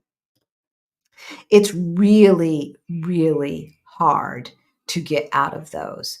All right, we are going to keep it going. I'm going to mark right quick your questions that we've had since we answered those. And y'all, hit the like button if you are finding our information interesting, if you think it is valuable and that other people need to know about it. Please, please, please hit that like button and let YouTube know that this is something that they should be sharing with folks outside of the utopian universe. Okay. Oh my God, please come up be our next president. Let's pray, y'all. And anybody who's on here who is not voting for Kamala babies, I love you. And only thing that I have to say is, what is your issue? Google that plus Project 2025. Okay. I don't want to hear anybody who listens to our channel talking about, I don't know what to believe. Y'all are brilliant individuals. You do know what facts are, okay? You know what facts are. And hey, Professor LCH, haven't seen you in a minute. You know what facts are and trust yourselves, okay? All right. I'm being very nice when I say this because usually I'm just like, look. But I had some folks email me after Thursday, and I let them know. I let them know what I know. All right, here we go. Let's get back to it. So number 4, long-term care insurance with restrictive conditions. So we have long-term care insurance, and we believe in long-term care insurance, but read the fine print. Some policies come with high premiums, right? Mhm. That increase over time with restrictions on what they cover and what they may not cover. Sometimes pre-existing conditions are not covered, and it may be hard for seniors to file claims or receive the full benefits that they expected. So make sure when you're buying this policy that you are getting exactly what you believe that you are getting. And so do not be afraid. Like I was not afraid. And I was like, I started thinking of scenarios. Now, at the time that I got my policy, my reference point was my grandparents, right? And what my grandfather who had had a stroke had to go through. So now I'm asking, is it going to cover this? Like I'm going through the scenario that my grandfather went through. I'm like, does it cover this? Oh, yeah. Okay, show me where. Mm-hmm. Yeah. Show me where it says it. Don't just take their, because they can say any old thing. And if it's not recorded, then you get into a he say, she say. So show me where. You need to see it. And then if the language in the agreement does not compute to you, ask them to explain it and or to write on the side. I'm going to write on the side, this means X, Y, Z, and everybody's got to initial it. That's legal. That's legal. Now, whether the company will go for it or not is another thing. Maybe they need to change their agreement because if it's not clear, it's not clear. It doesn't have to be in legalese. It has to be in English, right? So some policies come with premiums that increase over time or with restrictions on what they cover, like certain types of care or pre-existing conditions. It may be hard for seniors to file claims or receive the full benefit that they expect. So the result of that is you ain't saved no money, right? Because you think you've got this policy, but you didn't do the homework to make sure that you have the coverage that you think you have, right? Like you didn't do the due diligence. And then, or your parents didn't do the due diligence, right? And so then somebody's got to cover those costs. Again, hopefully Kamala will get in there and be able to put this into Medicare. But until then, you're going to have to bankrupt your parents. And then depending upon what state you live in, like, and for those of you watching, seriously, you need to check this out today, because what is true in Colorado is not true in California, is not true in Kansas, is not true in Missouri, is not true in New York. Okay. So for instance, In Colorado, if you get on Medicaid and your parent goes in, like a parent goes into assisted living or something like that, and the wife stays in the home, when the husband passes away, they will let the wife stay in the house. But once she goes out, the law is that they sell the house, and all the money that they had to put in for daddy's long-term care and then mom's long-term care gets taken out of the house. They recruit their money. They're not losing their money. Okay. In California, like they go back 3, 4, 5, 6 years or so to see, wait, you transferred that house to your son 3 years ago, and now you talking about you want us to pay for long-term care. You should have sold that house. Now, I don't know the exact years for California, but what I do remember is that it was longer than Colorado. Okay, that's what I do know. So check today to see what the restrictions are to make sure that you are planning in advance so that if you need to help your parents and they need to liquidate, that you are liquidating early enough. All right. Now it's interesting. When we were talking about moving to Portugal, we had double the amount of people watching. It's interesting that folks do not think that this applies to them. And I remember when I was in that camp, I remember when you found Our Rich Journey, right? And every time they talked about money, I turned it off. I pay my bills on time. I don't need this, right? And I was only looking at their information about Portugal, moving to Portugal, Portuguese neighborhoods, et cetera, et cetera. I got played. And I see that we don't have as many people on right now. And it's too bad because this is something that every single person should know. So I'm asking you all to share this with a friend because so many of us have been scammed by legal things that we do not have a legal remedy to get out of because they're legal, y'all. They are legal and they should not be. All right. So that is long-term care. And so long-term care insurance plans are a good idea. Just make sure you are getting what you expect to get. Okay. And then if you are older and you don't have a long-term care plan, I want you to look at what a long-term care plan would cost and how much it would cover. And then look at your money and say, can I save that same amount of money today and end up at the same place? Or with putting less money, because now you're putting in the stock market, you're putting in CDs, right? You're putting your money towards earning money. So that by the time I'm 80, let's just say, and I might need these services, I end up with more money than I would have had with the long-term care plan and or the same amount of money, but I've paid less to get there. So if your long-term care plan costs $200, $300, $400 a year because you're getting it late, what would it do if you put that same $200, $300, $400 into the stock market over the next 10 years and use, I don't know, 9 to 13% interest compounded yearly? Would you have the same amount or more money, right? So long-term care plans, if you're older, this is what you need to do an ROI. If you're younger, like I was when I got mine, I was in my 30s, it literally cost me like $338 a year. I'm going to keep it.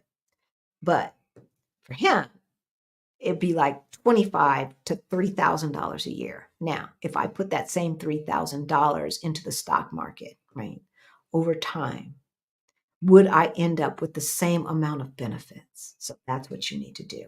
Sometimes the answer is yes. Sometimes the answer may be no.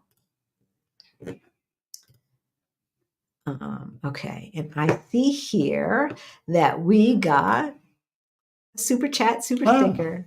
Thank you, Sadiq. First of all, new name. Welcome. Welcome, welcome, welcome. And thank you so much. Thank you both for consistently putting out great content. Thank you. Thank you. Thank you.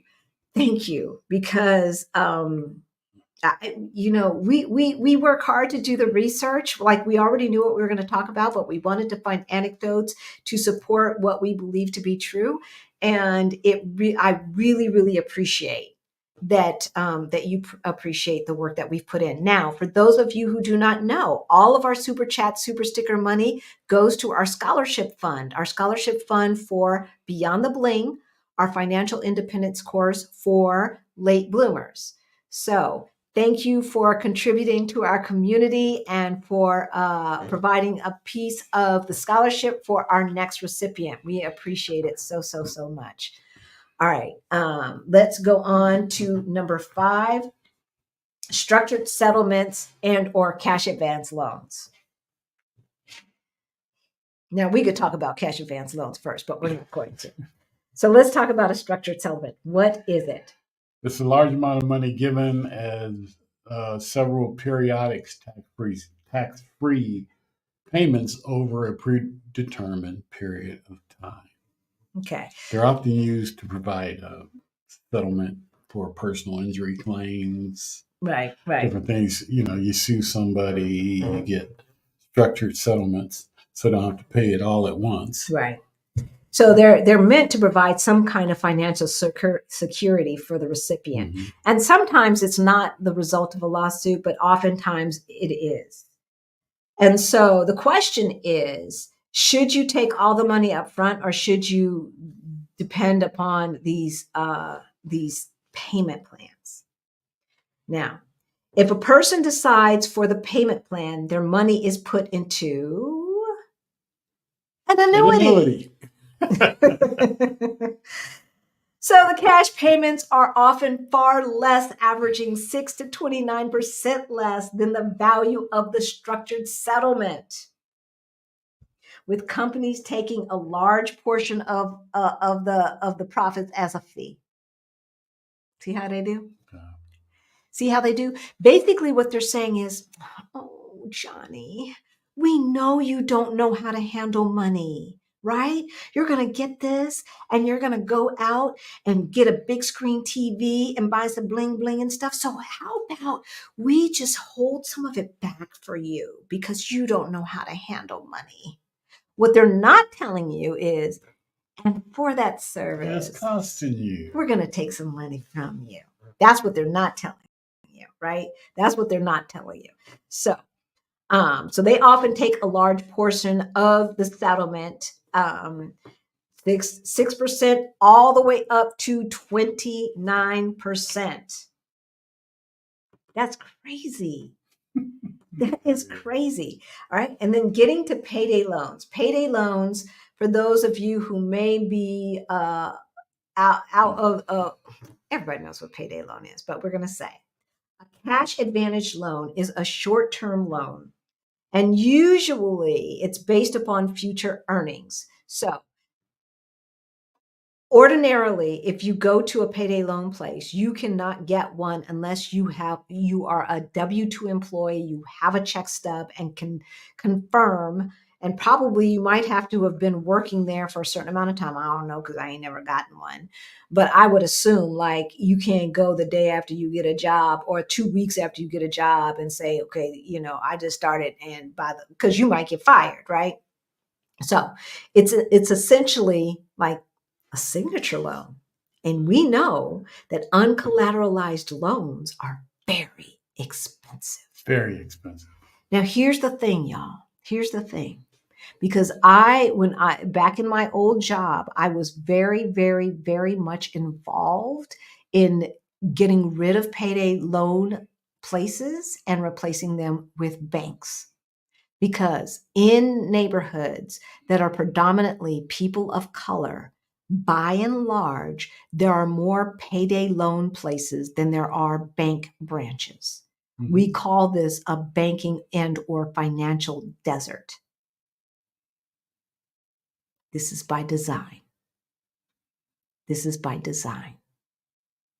And it is of no surprise that these same places are literally charging 100% to 600% interest annually.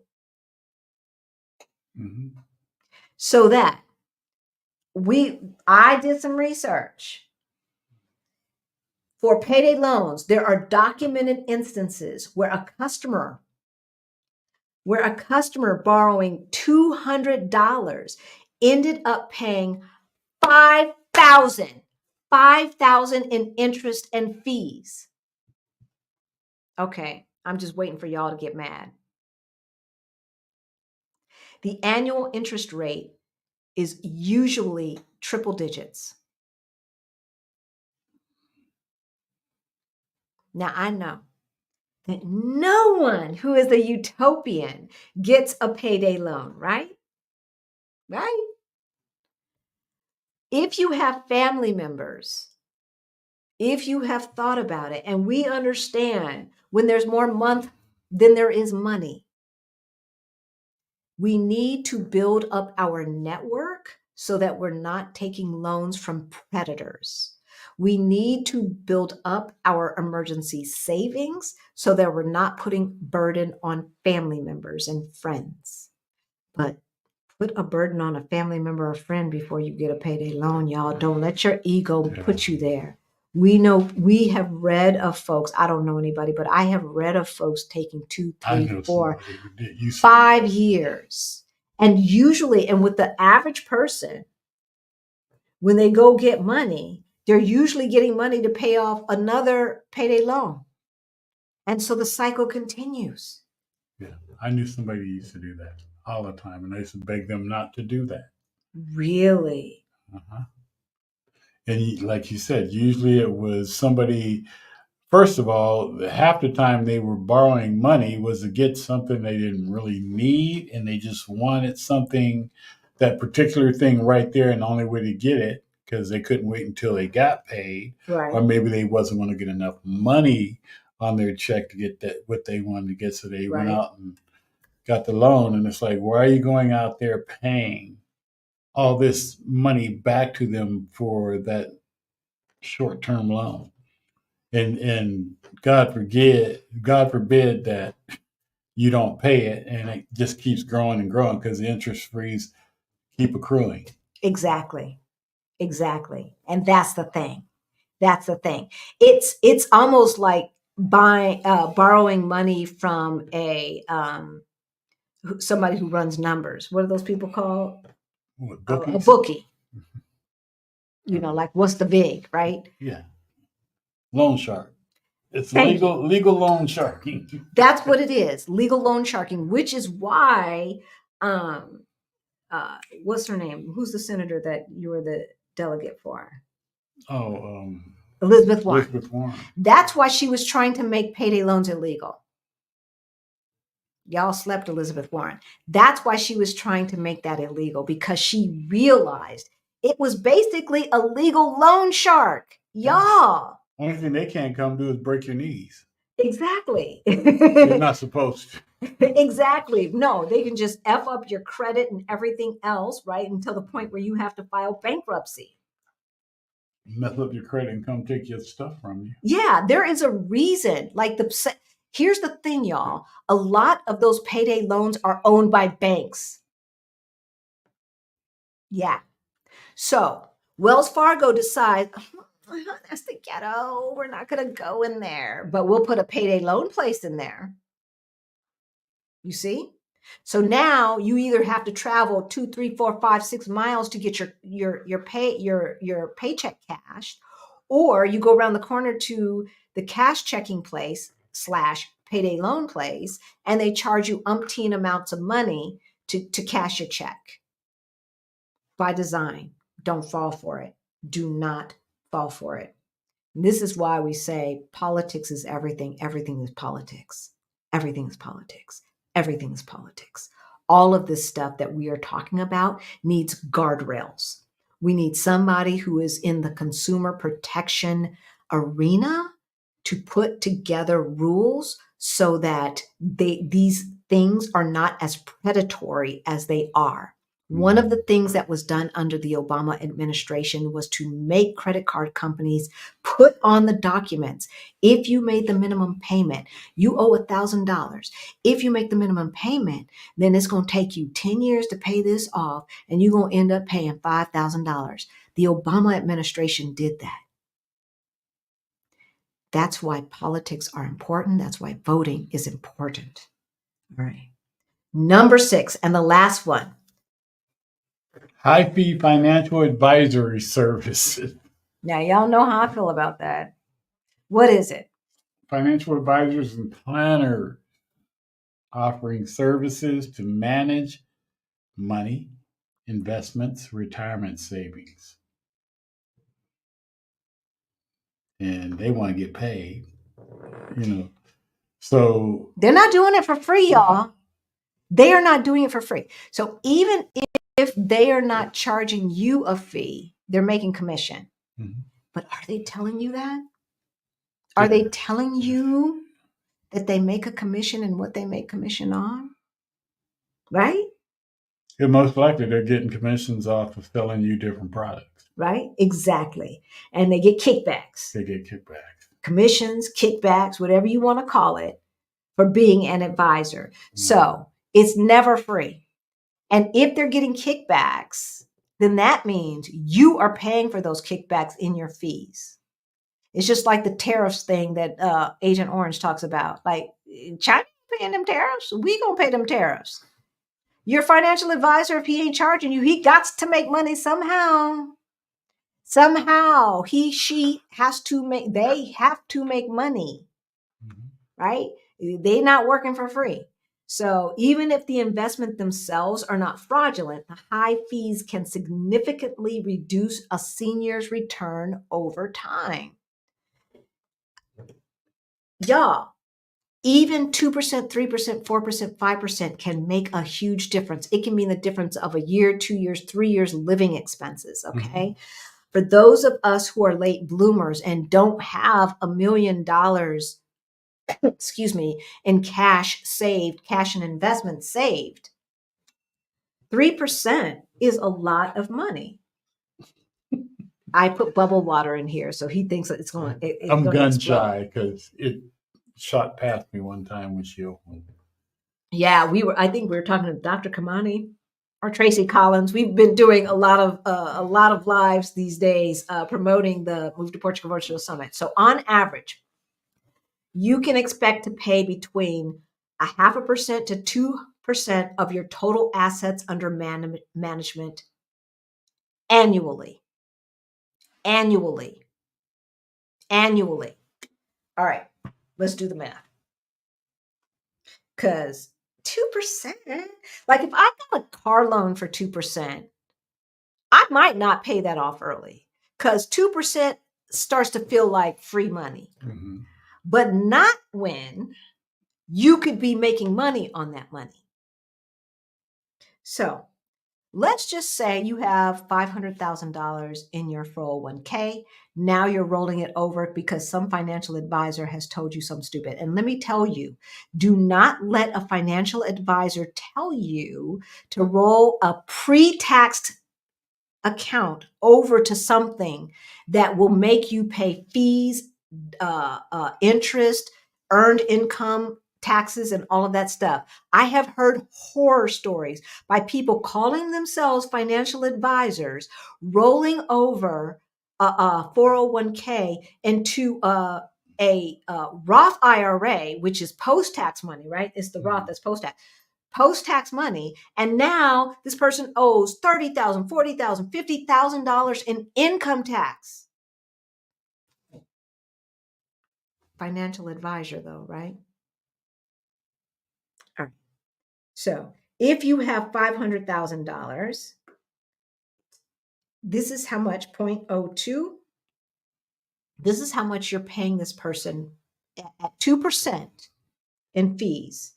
And you have $500,000 in your 401k that you've now rolled over to a traditional IRA, right? And they're quote unquote managing it for you. This is how much you're paying them a year.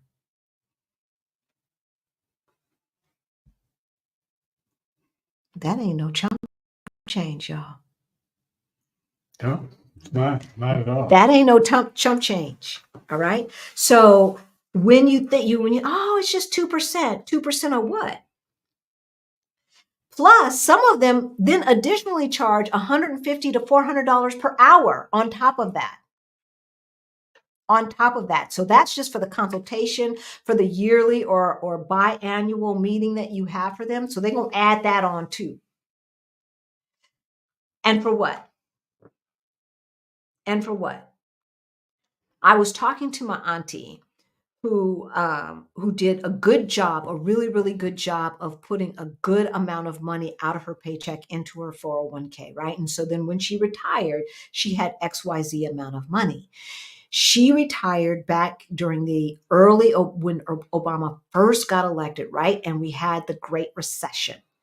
And she did not understand that she should have just left her money where exactly, because that's what her person told her, just let it ride. Let it ride.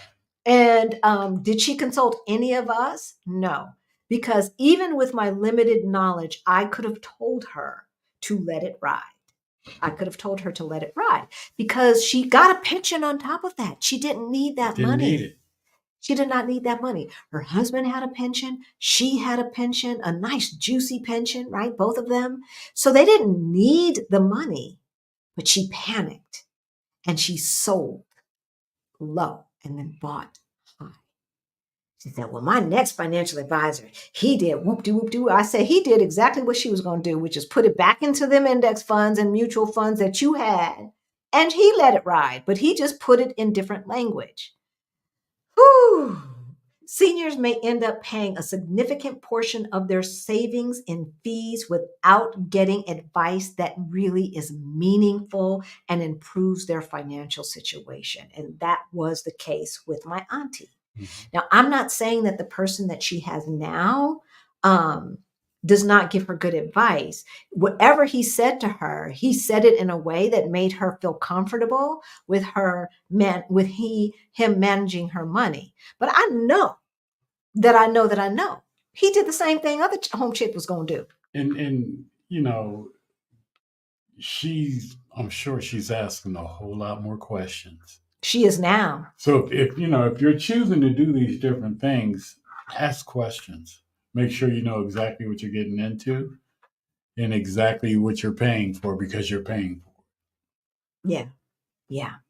And I just refuse to pay for somebody to do what I can do. The stock market is not that complicated, y'all. It's just not. It's not rocket science. They want to make it seem like it's rocket science, but it's not. And anybody who's standing around talking about they can beat the market is lying to you.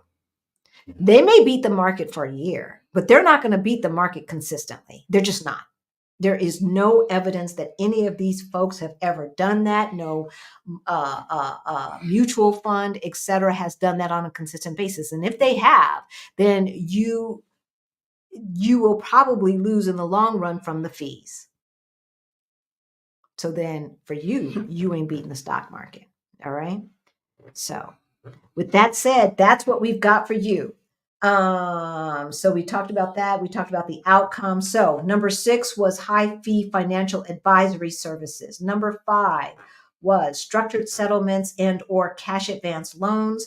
Number 4 was long-term care insurance with restrictive conditions. Make sure that you're getting what you're paying for and what you think you're paying for. Number 3, reverse mortgages. Y'all know how I feel about that. Number 2, index universal life insurance plans. Scam. And number 1, annuities. Scam. And it's not like these are legal things. These are legal products, but you just have to really, really understand what you're getting and what you are paying for that. And if you are a person who is curious, if you are a person who is brave and says, you know what? I think I would be better off just taking 100% of my 401k and putting it into a S&P 500 index fund. You probably would be better off. Seriously. In most cases, you would be better off. Do your research. We are not financial advisors. We are financial educators. So do your research. But I bet you dollars to donuts at the long run, you will be better off. All right. So let's answer questions and then we're going to let y'all go. Can you warn people about reverse mortgages? Okay, we did that. Thank you, Geekalicious. There's a new issue when owning a home. Increase in homeowners insurance. Did we do that? We did that one. Did we do all of these? You might have done these. Yep. We did this one?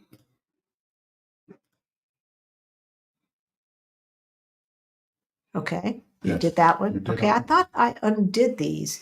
Do you think the goal is to take seniors' homes? We did that one. I've had all the fun okay, Pinky. I've had all of the fun of researching who owned the note to my townhouse before I short sold it. Okay, so a short sale is if you happen to be in a position where the company is going to foreclose upon you for some, sometimes it's legitimate, sometimes it's not. And a short sale is when you just sell it for what you owe or something like that, as opposed to what it's valued at. Got a big ass book from the SEC, spent a year doing research and still couldn't find out. See, that's some nonsense. That should be illegal, y'all. That should be illegal. We spent a month and a half trying to figure out who owned the paper on our condo. And it was a mortgage company that was looking for it. Yeah. They couldn't find out who owned it. They could not figure out, this is the mortgage company that we were going to refinance it through, right? Like they could not figure out who owned it. Meantime, in between time, interest rates are going up. And so we're trying to lock into the lowest deja vu. We're trying to lock into the lowest interest rate possible. And we can't even figure out who to buy it back from. That should be illegal. Can we submit questions for summit presenters in advance of the presentation? Yes, CK, we are going to send out a form. We haven't done that yet. We'll send it like Wednesday, Thursday, okay? Can we purchase summit swag or discounted benefits before the summit starts? So yes, there are discounted benefits for the VIP All Access Pass. Look at the email, that we just sent out. We don't have swag. I'm not wearing my my meetup shirt. We don't have swag, CK. Yeah, we're not Exodus Summit. We're not that big. We are not that big. All right, I could still be living there, fighting the bank and not paying a dime to them, but I wanted to move on, tying up years of my life. It just wasn't worth it.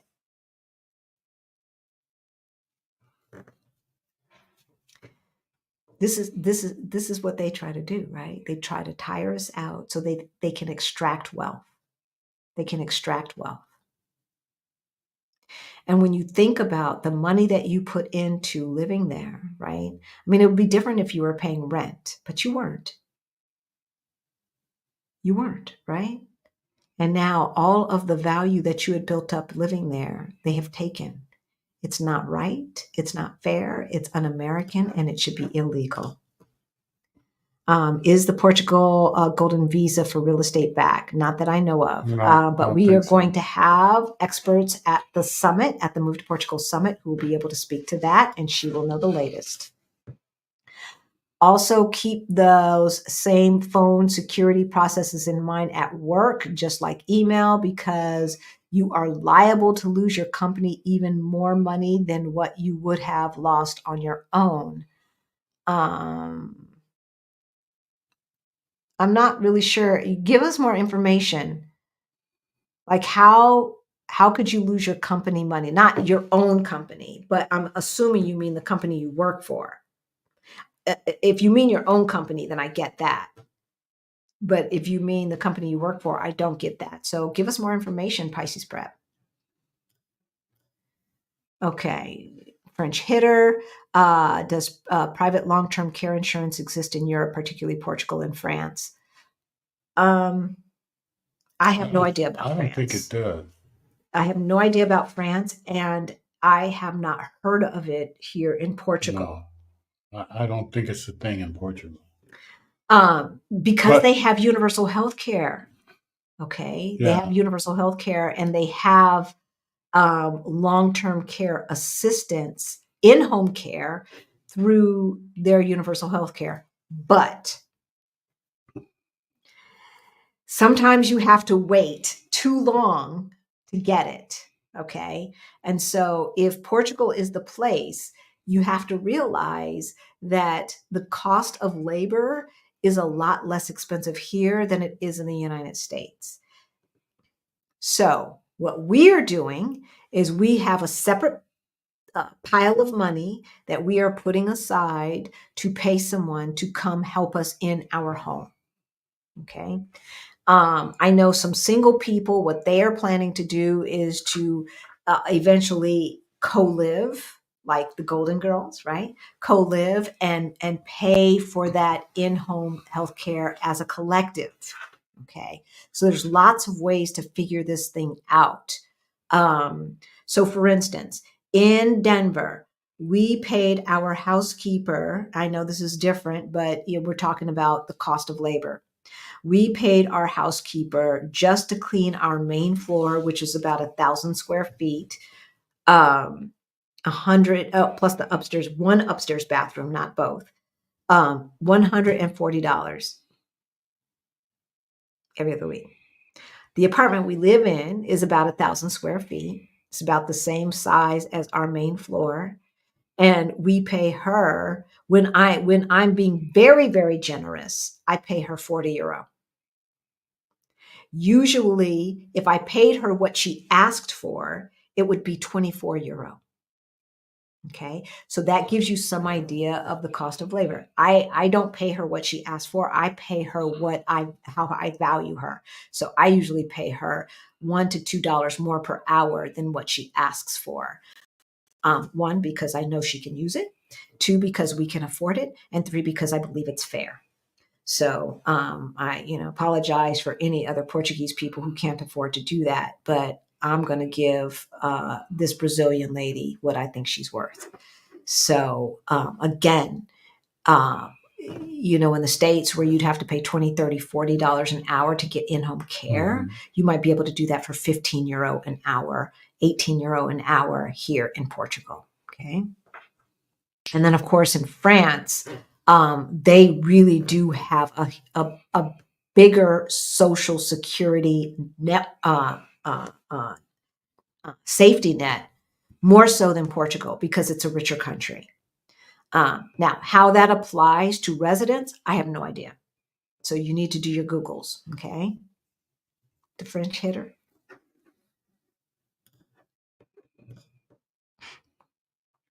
Why aren't Black folks educated about legacy? The investment group would not be about to buy our neighborhoods if we were educated and empowered. I know. I know. I know.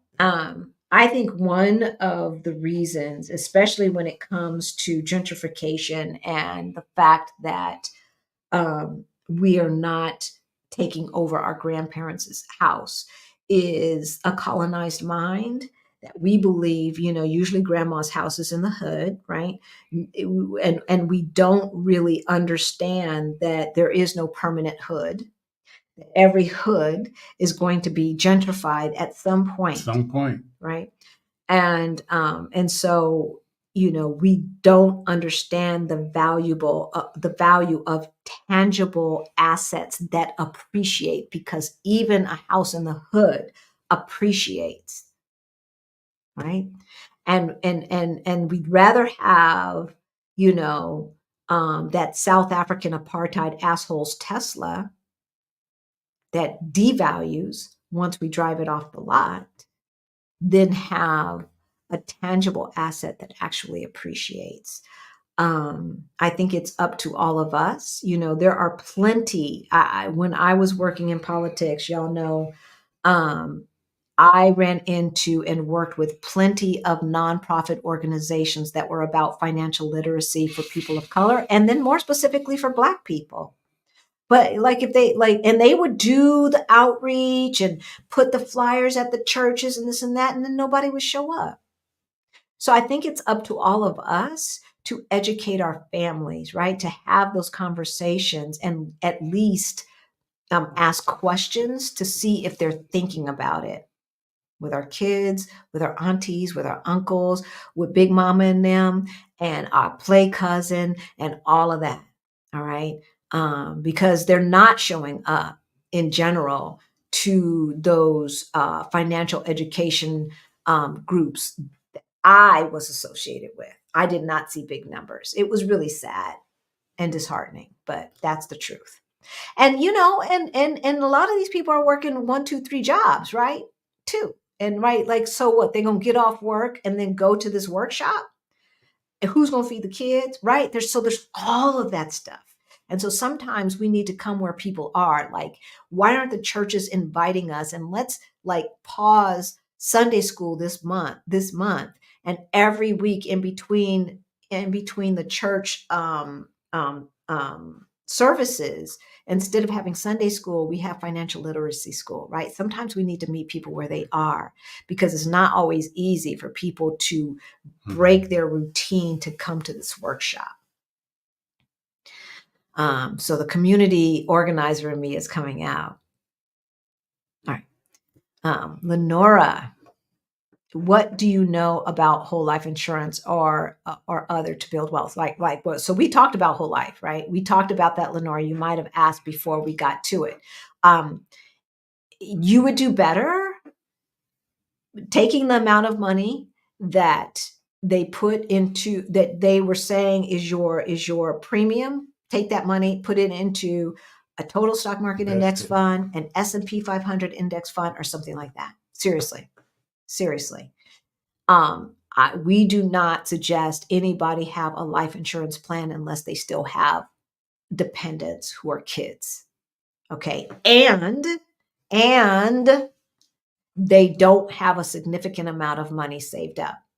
If you have a significant amount of money saved up that is equal to or more, even if it's in your 401k, equal to or more than your insurance plan, why are you paying for that insurance plan? Take the money you were paying for that and put that into another IRA or a brokerage account. Okay.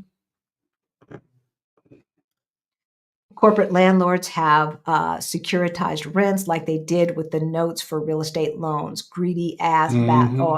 He shouldn't say ass. I said it. Yes, they are. It should be illegal. It should be illegal for corporations to start buying up single family homes. Well, I mean, I suppose you can't make it illegal, but you can say a corporation cannot own more than a certain percentage of any market.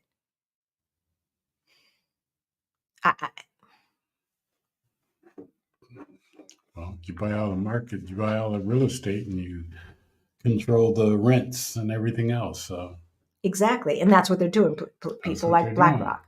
On the reverse mortgage, that individual had no children and husband passed years prior. He paid house off to make sure that she was comfortable. Well, that's good. But yeah, it's, reverse mortgages. Most of the time, people don't realize what they're giving up. There were also people who had fully paid off mortgages, and people who paid cash and never had a mortgage have their homes foreclosed on during the whole housing market debacle. Absolutely. Some of these banks were ruthless, unscrupulous. A lot of them got sued. I know Kamala sued a bunch in California. I was living there for part of that time. Or own property part of the time that she was trying to get money back from the scam artists. I know Wells Fargo was involved in that. Chase Bank was involved in that, right? Like some of these so-called legitimate banks were really just ruthless, unscrupulous, and just on the edge of being illegal, right? In that gray area. Just disgusting. Just absolutely disgusting.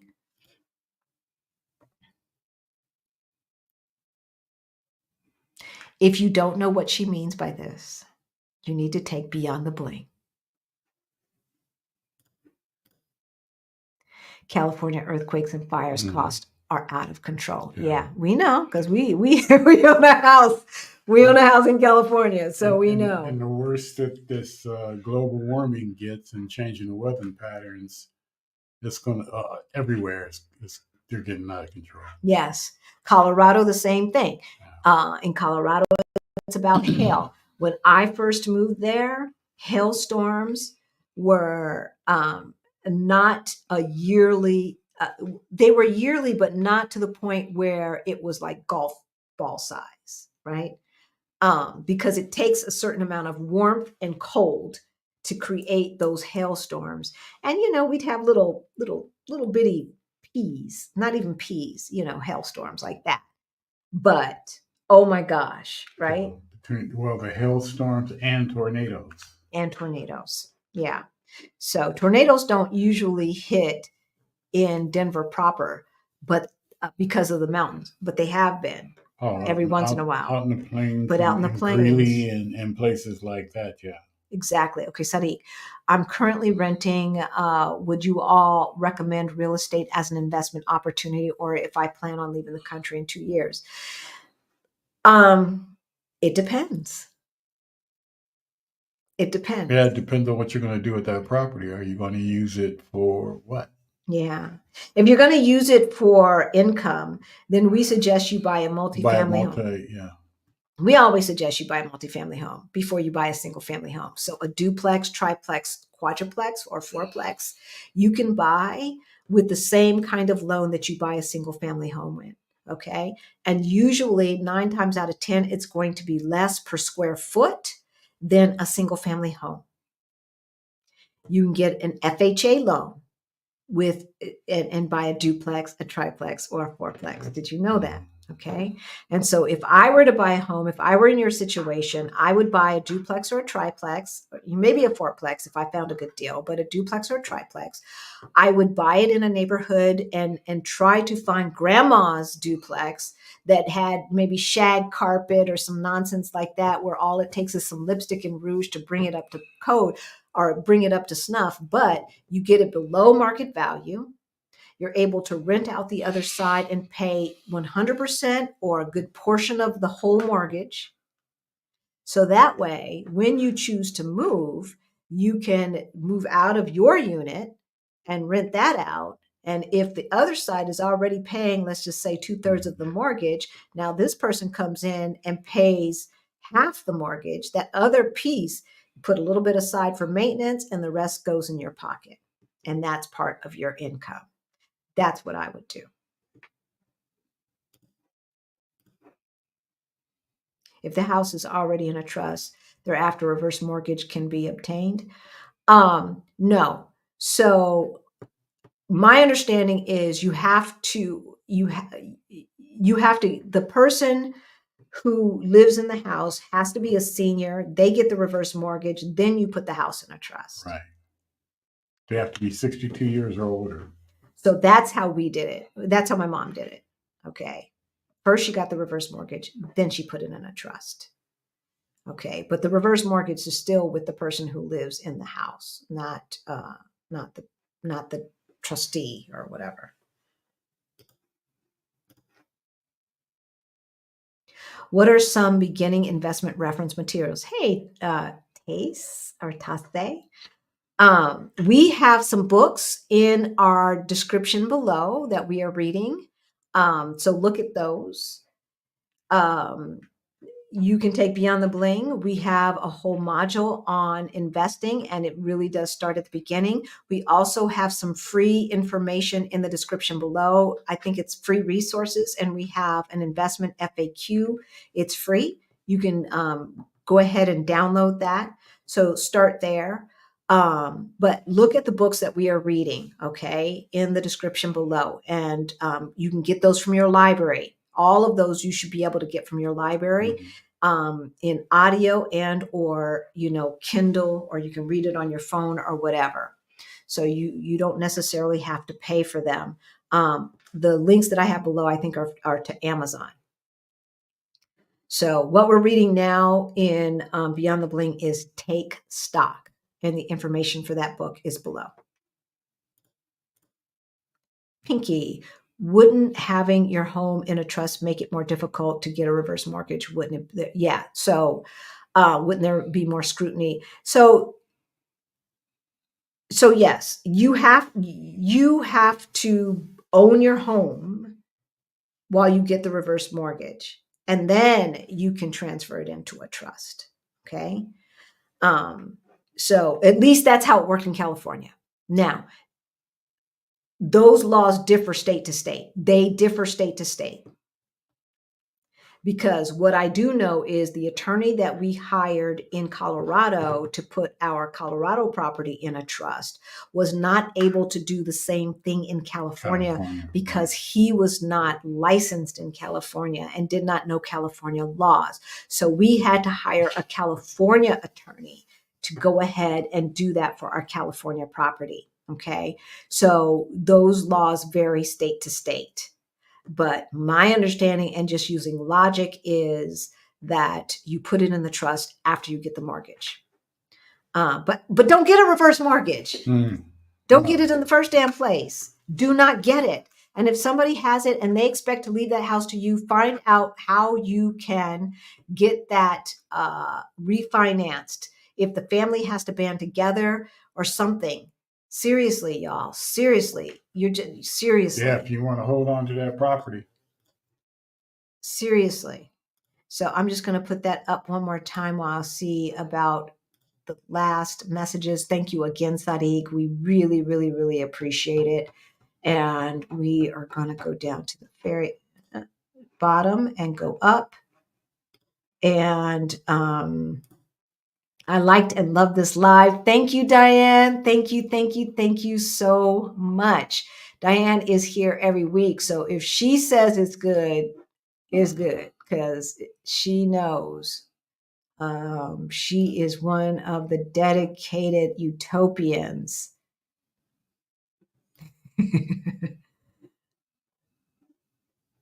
Yes. Okay. I think there's just a few more.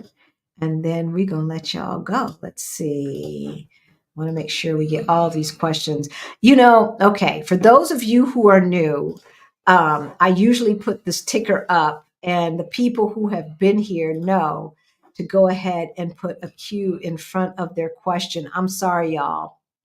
I'm sorry. I hope that you looked at what everybody else was doing and that all of them had a Q in front of it and realized what our, hey Flutter, realized what our, not the calculator in our faces. Professor, you know how we do? You know how we do. Come on now.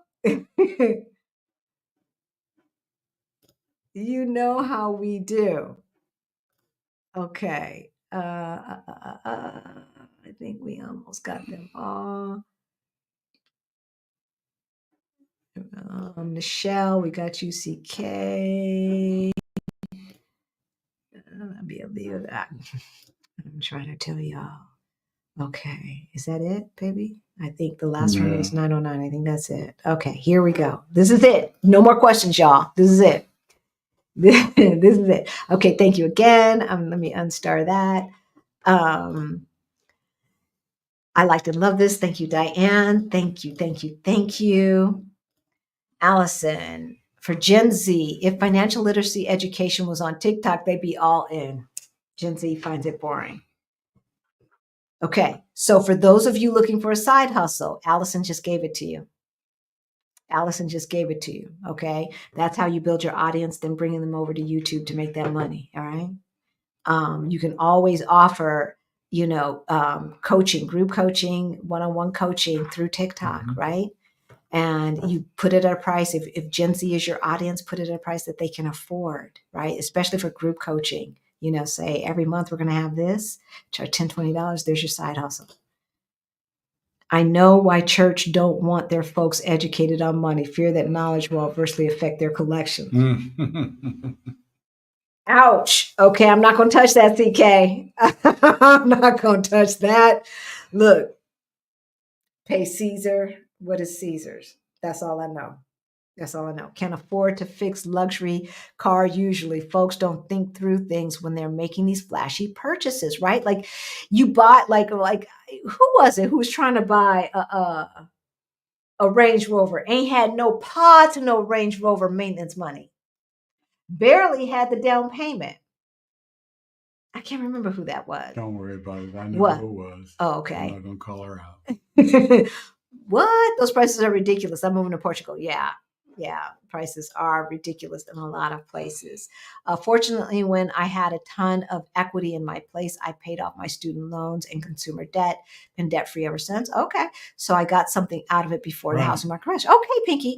Look, we know someone else who sold her condo and used the equity to pay off all of her student loans. She lived in her mom's basement for another year and a half, saved up a down payment again, and then bought another place. I am not mad at you. Right? Like that's worth it. Not that big yet. Okay, I'm not sure what you're referring to, Greta. I'm not sure. It's probably been a minute. Fortunately for me, okay, this was half of a message. Isan One, hey there. Do you all talk about prepaid funeral arrangements? No, but we can talk about it right now. Why do that? Like if your parents have done that already, they've done it. But why would you do that? Think about it. Let's just say you will prepay for a $10,000 funeral. How much are you paying per month? And how much could that money be making per month? Where you could set aside that $10,000 or $12,000, right? And because it's gaining interest, or in the stock market, it's going to keep up with inflation, right?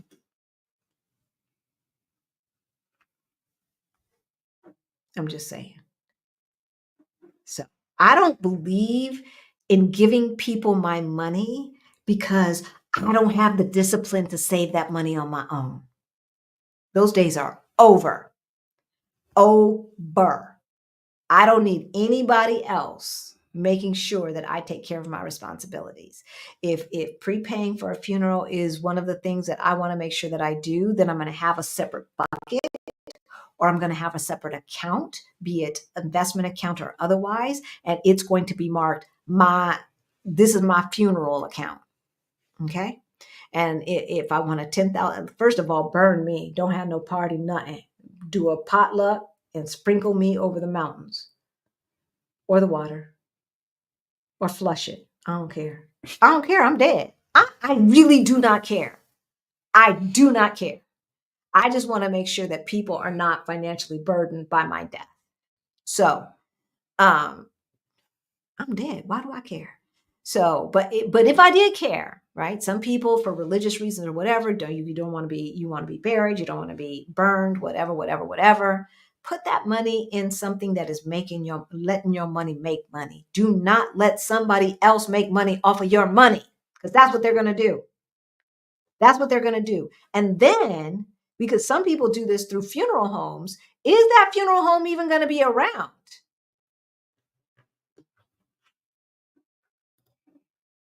Be smart, y'all. Even when some people know these financial advisors are getting commissions, some people stick with them because they've known them for years. Yeah. Do you, boo? But do it educatedly, right? Like do it knowing that you're going to probably end up with less money than you would have had otherwise.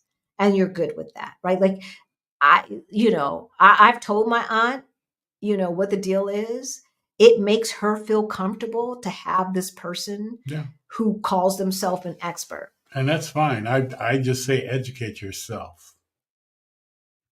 Educate yourself. Exactly. So you know what the conversation is all about when you're sitting in front of that person. Right. And if you say at the end of the day, I'm good with that, I'm good with giving up $10,000 a year, then you're good with it. But what you don't want is at the end of the day saying, wait a minute, but my calculations I should have, but I only have, that's the situation we don't want for you. Ooh, friends, do not ever get a payday loan. Try to tell you, ask me how I know. Got one once. Took me 5 months to get out of the cycle of borrow, pay, borrow, pay.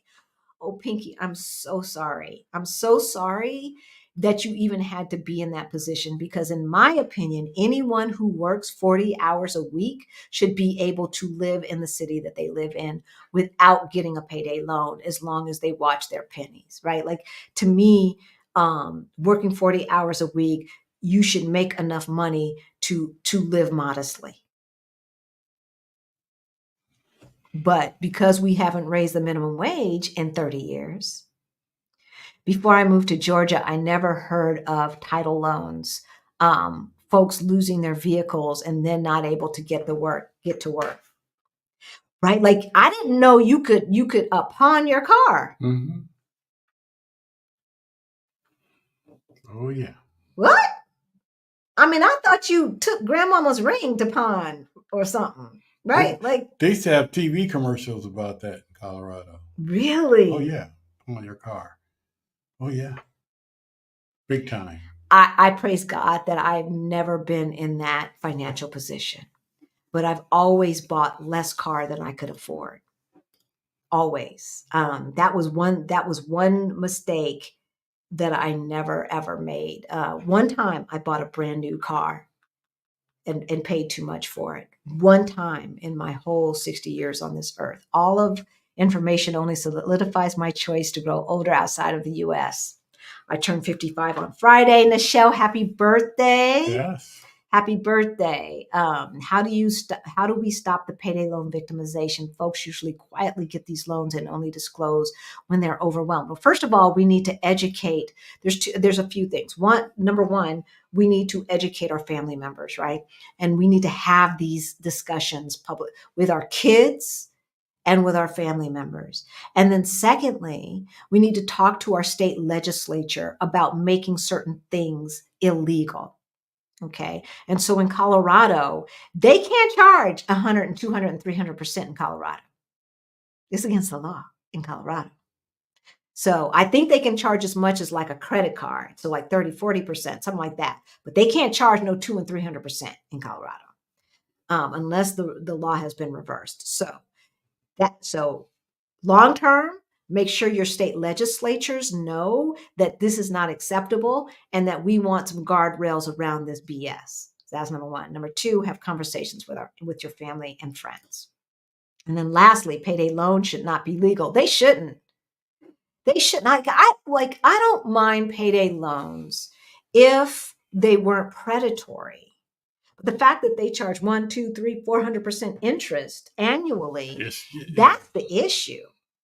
That's the issue, right? Like if you borrowed $200 and then in 2 weeks when you got paid, you owed, 210, 220, that'd be one thing. But of course, then they couldn't stay in business, right? But that would be one thing. But they want to charge you like 258, 260. Okay, now that's starting to sound like another bill because $60 could be like your water bill. But now instead of paying the water bill, I got to pay this. And here's the thing, folks, with borrowing money. If you don't have it now, how are you going to have it next month? I mean, unless something unusual happened, like your car broke or something like that. But if this is just normal life and you've got to borrow the money from a payday loan, if you don't have it now, you ain't going to have it tomorrow. I mean, and if you can borrow from a family member, just make sure you pay them back. And do it on a legitimate basis. Sign some papers. Sign some paper. Draw up and sign some papers. My thing was always with my family is this. I don't give. If you ask me if you could borrow some money and I have it, I'm not going to give out anything I can't afford to lose. First, that's just my frame of mind. But you got one shot to burn me. One shot. I'll make a loan to you and I'm not going to bug you about it. I'm not going to say anything about it. But if you do not pay me, when you tell me you're going to pay me or let me know that you need to delay a payment or something like that, you can't come back to me. You can never come back to me and borrow anything. He ain't kidding. For real. For real, though. And I don't loan money. Either I give it to you or I ain't got it. because I'm just not doing that with family. I'm just not doing that. Hey, Myra, good to see you in the chat. And with that, all of this information, yep. I think we have answered all the questions that we have time to answer because it's 2.5 hours, y'all. And so we're going to let you go.